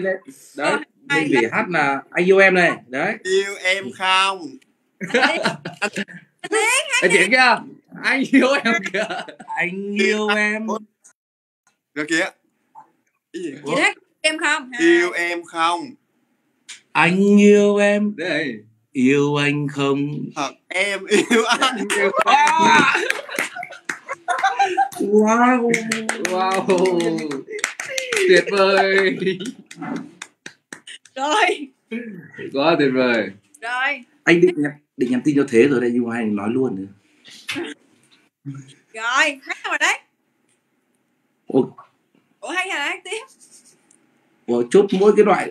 Thế là chốt lại là đến cái đoạn mà yêu em không, anh yêu em là hết à? Ủa, nó là hát tiếp, em tưởng là như thế được rồi. Rồi ta lời nơi đó vẫn in sâu vào tâm trí của em. Một vòng trái đất, em ngồi đây, anh ngồi đây, bên cạnh nhau ngỡ như thần xa, không dám nhìn, không nói gì, dường như chúng ta chưa từng quen. Một vòng trái đất, em ngồi đây, em lặng đi, anh ngồi đây ngước mắt nhìn theo, không dám gọi tên, nước mắt rơi từ khóe mắt sâu vào tim. Rồi. Đau tim quá. Sao? Ôi anh Linh ơi, giờ này em thấy anh diễn dữ luôn rồi đó. Anh diễn hay lắm rồi đó. Ủa im re luôn. Nói đúng với im re. Nói đúng với im re luôn. Toàn bị chửi các bạn ạ. Em có chửi đâu. Cái bài này kiểu gì ấy? Cái bài này bài kiểu gì? Bài hát hay bài kiểu gì? Cái bài này nó kiểu là hát xong ca nó không hay. Nào vào bây giờ nhỉ? Có nhỉ? Hay là em Tiên ơi, em cho bọn anh xin đổi bài khác được không? Được máy giảm giá rồi nè. Ngồi chờ máy rồi bây giờ mới được nè. Đâu? Lên đi các bạn ơi. Lên nha. Giảm giá 8 có má 85k nha. Lên đi cả nhà ơi. Má này má cuối rồi nhá. Má này má cuối rồi này. Má giảm giá cuối này. 85k này. Sao bên em nhiều người xem. Cả nhà check cho mình coi xem giảm giá như nào đấy cả nhà ơi. Check cho mình cái cả nhà ơi. Cả nhà check máy giảm giá nào, ngồi chờ. Mình biết là rất là nhiều người ngồi chờ cái má đấy. Cả nhà ấn vào xem đi. Ấn vào xem có má chưa? Ui, ta lại tìm 2 tiếng rồi nhỉ? 2 tiếng đấy, 2 tiếng à? Chờ để anh đang đổi nút avatar. Để anh đổi nút cái avatar xong rồi. Ok. Nói chung là đây uy tín ai là chối. Lâu người nào mà chối. Lại mọi người. Trước giờ thì lâu cũng nhắn tin nhưng mà cũng chưa có gọi vợ trực tiếp thấy mặt nhau như này, cho nên là cũng có thời gian hỏi thăm nhau, đúng không ạ? Sao lên im re vậy anh? Phải đi. Anh sao im nói re? Gì đấy? Hay là nói cái gì, hỏi gì? Hay là có nghe thấy gì đâu? Kỳ vậy? Hả? Em có dám nói tiếng Anh với Linh không? Thôi đau đầu lắm rồi. Anh tiếp thôi. Mấy giây.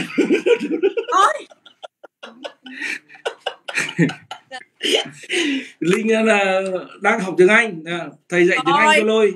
Anh ơi, anh đừng cạch thế, người ta lại bảo mình chiêu trò đấy. Thôi. Thank you chứ.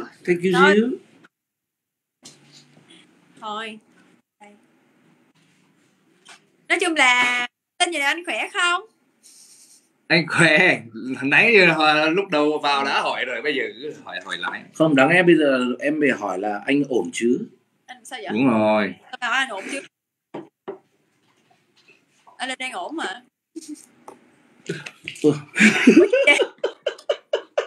Diễn. Ôi, vậy này anh diễn hay dữ luôn á. Ok. Dạ. Có má này, có má giảm giá này. Không phải mã giảm giá đâu, không phải mã giảm giá đâu, còn hay hơn cả mã giảm giá các bạn nhé. Cái này còn hay hơn cả mã giảm giá luôn. Tên tên tên tên. Ôi ơi. Ủa anh Ôi ơi. Tên tên tên tên. thôi Đã xong. chứ.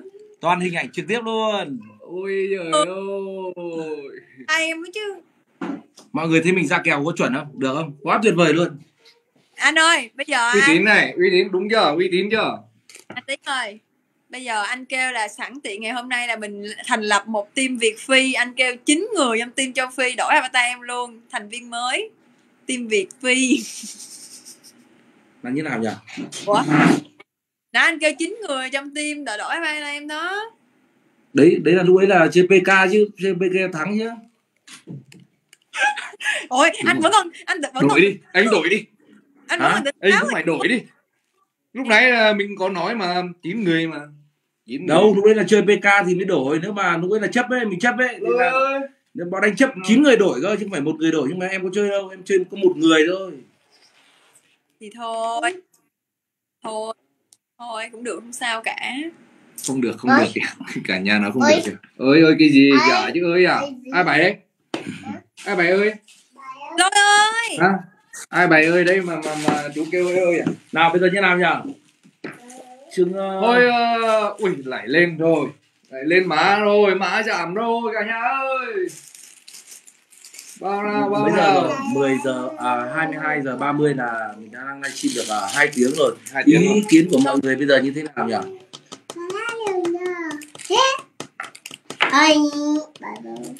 Ôi, sao lại cho anh 10 điểm? Đây, 10 điểm đây. Lôi ơi.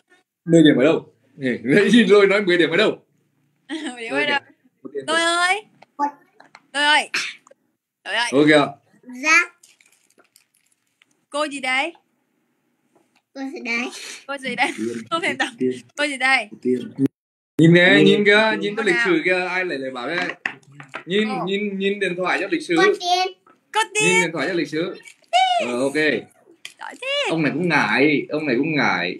Không dám nhìn vào. Nói lại đi. Nhìn thẳng vào hôm kia kìa, đừng có vọc vào đây. Nhìn thẳng hôm kia kìa. Lôi mình. Ô là nhá. Ô là la. Cô gì? Cô Tị. Đây chứ. Ai đây? Đây chứ ạ. Cô gì? gì à? Cô gì đâu mà cô gì? Cô gì? Cô gì? Bây giờ kính kìa. Chụp ảnh kìa. Mẹ. Ơi hãy chốt đơn cho mọi người. Thôi cả nhà chốt đơn cho.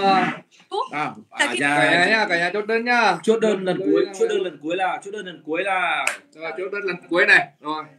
để Chắc là cũng kết thúc livestream thôi. Bởi vì ai cũng mệt rồi. Thì cả nhà nhá, nhớ là một combo nhá, combo cả áo cả nước hoa nha cả nhà. Nhá, nếu mà tắt cái livestream này các bạn không mua ở trong giỏ hàng nữa thì có thể qua các nền tảng mạng xã hội ở nơi khác đấy, điện tử như là Shopee như Shopee rồi bên gì của Adot nhỉ, quên rồi nhỉ, bên Facebook ấy, Facebook ấy. Adot Lazada Adot mà. Đúng rồi. Last mode. Ok. Cảm ơn mọi người nha. Cả nhà Rất là nhiều vì đã yêu thương và ủng hộ. Mong rằng dự án này là một dự án sẽ xuyên suốt, ngoài việc sẽ cũng như là có thể là nhưng mà sẽ tập trung chính là ở trẻ em vùng cao của Việt Nam, có thể là nuôi cho trẻ em ăn nè, ăn học, ngủ nghỉ đó, sách vở. Bọn mình sẽ suy nghĩ ra rất là nhiều những cái dự án tiếp tục, vì đây là cái dự án đầu tiên mở đường cho nhiều dự án xuyên suốt tại Việt Nam. Và ngày hôm nay chính thức một điều là team Việt Phi chính thức được thành lập. Quá tuyệt vời, quá chuẩn. Cảm ơn tất cả mọi người. Thôi Dạ. cho mọi người đặt tầm 5 phút đi. Tầm 5 phút là Để lấy. đâu đó là 5 phút để cho mọi người chốt đơn cho xong nha. Nhiều Rồi. người đang vào trong đơn đó. Vào trong đơn mà chưa chốt. Dạ. Căn bản là lâu ngày quá mới được gặp nhau nên là cứ nói chuyện là cứ bị kiểu cuốn Mà anh Linh hỏi thăm cho em hỏi thăm mọi người cái coi mọi người khỏe không? Mọi người đây khỏe. Thế hả? Chắc mỗi mình anh yếu ốm đau thôi. Ủa, sao? Em thấy anh dạo này là rất là hot. Hot. Nói gì? Quá hot. Ủa mấy cái mà nông nghiệp đó anh làm sao? Đúng rồi, quên nhỉ. Kiểu gì? Em chọn anh Linh. Hả? Sao rồi? cái vụ Bây gì? giờ mới hỏi cái vụ em chọn anh Linh. Kiểu gì? Đang ngủ mà dậy sóng cả cộng đồng mạng mà. Khoan, Anh anh Em chọn anh Linh. Cho qua đi anh Linh. Em chọn anh Linh. Vấn đề là em bị gài một bên thì là ý là khi mà em đặt bên kia lại thì toàn là nếu mà diễn viên Hàn Quốc này kia em đâu có biết là bên kia có diễn viên Hàn Quốc này kia đâu nên là em chọn anh Linh. Căn bản là mình đẹp trai hơn Hàn Quốc Em kìa. không để em bảo là gu của em không. Em bảo là gu các bạn ở đằng sau còn showbiz nặng luôn, cái anh gì mấy anh mà showbiz nặng luôn. Không showbiz Việt Nam, showbiz nước ngoài ok. Chà. Xin lỗi cho bọn anh hiểu nhầm, xin lỗi hiểu nhầm. Ôi chà. Thế là mất ngủ từ hôm đấy đến bây giờ đấy. Đấy, mất ngủ. Đâu Đâu lúc này hỏi cái gì nông nghiệp? em hỏi là anh làm nông nghiệp tới đâu rồi? Bữa anh kêu anh làm nông nghiệp á. Sâu ăn hết bắp. Hả? Sâu ăn hết lá rồi bắp. Ui. Rồi cây cối sâu ăn hết. Ui, thế bây giờ sao? Phải có mua thuốc trừ sâu không? Có. Bây giờ phải đi xịt phun thuốc sâu. Ôi, sao cực thế? Có ăn nào? Cố lên nha. Mọi người ở bên đó Cảm cố lên. ơn Tiên. Hứa hẹn khi nào mà em mà có điều kiện hoặc là có một gì đó, một ngày nào đó mà có điều kiện mà quay lại trở lại được Angola ấy, thì là anh sẽ cho em ăn rau thoải mái luôn, nhiều rau lắm, nhà bây giờ nhiều rau lắm. Không biết ăn rau. Nhà nhiều rau lắm. Nhưng mà em không biết ăn rau. Ôi thế thì nếu mà khoảng mấy trăm người Tiên thì bên nông nghiệp thì cũng phải chết đói hết rồi nhỉ. Bên nông nghiệp chết đói hết đấy.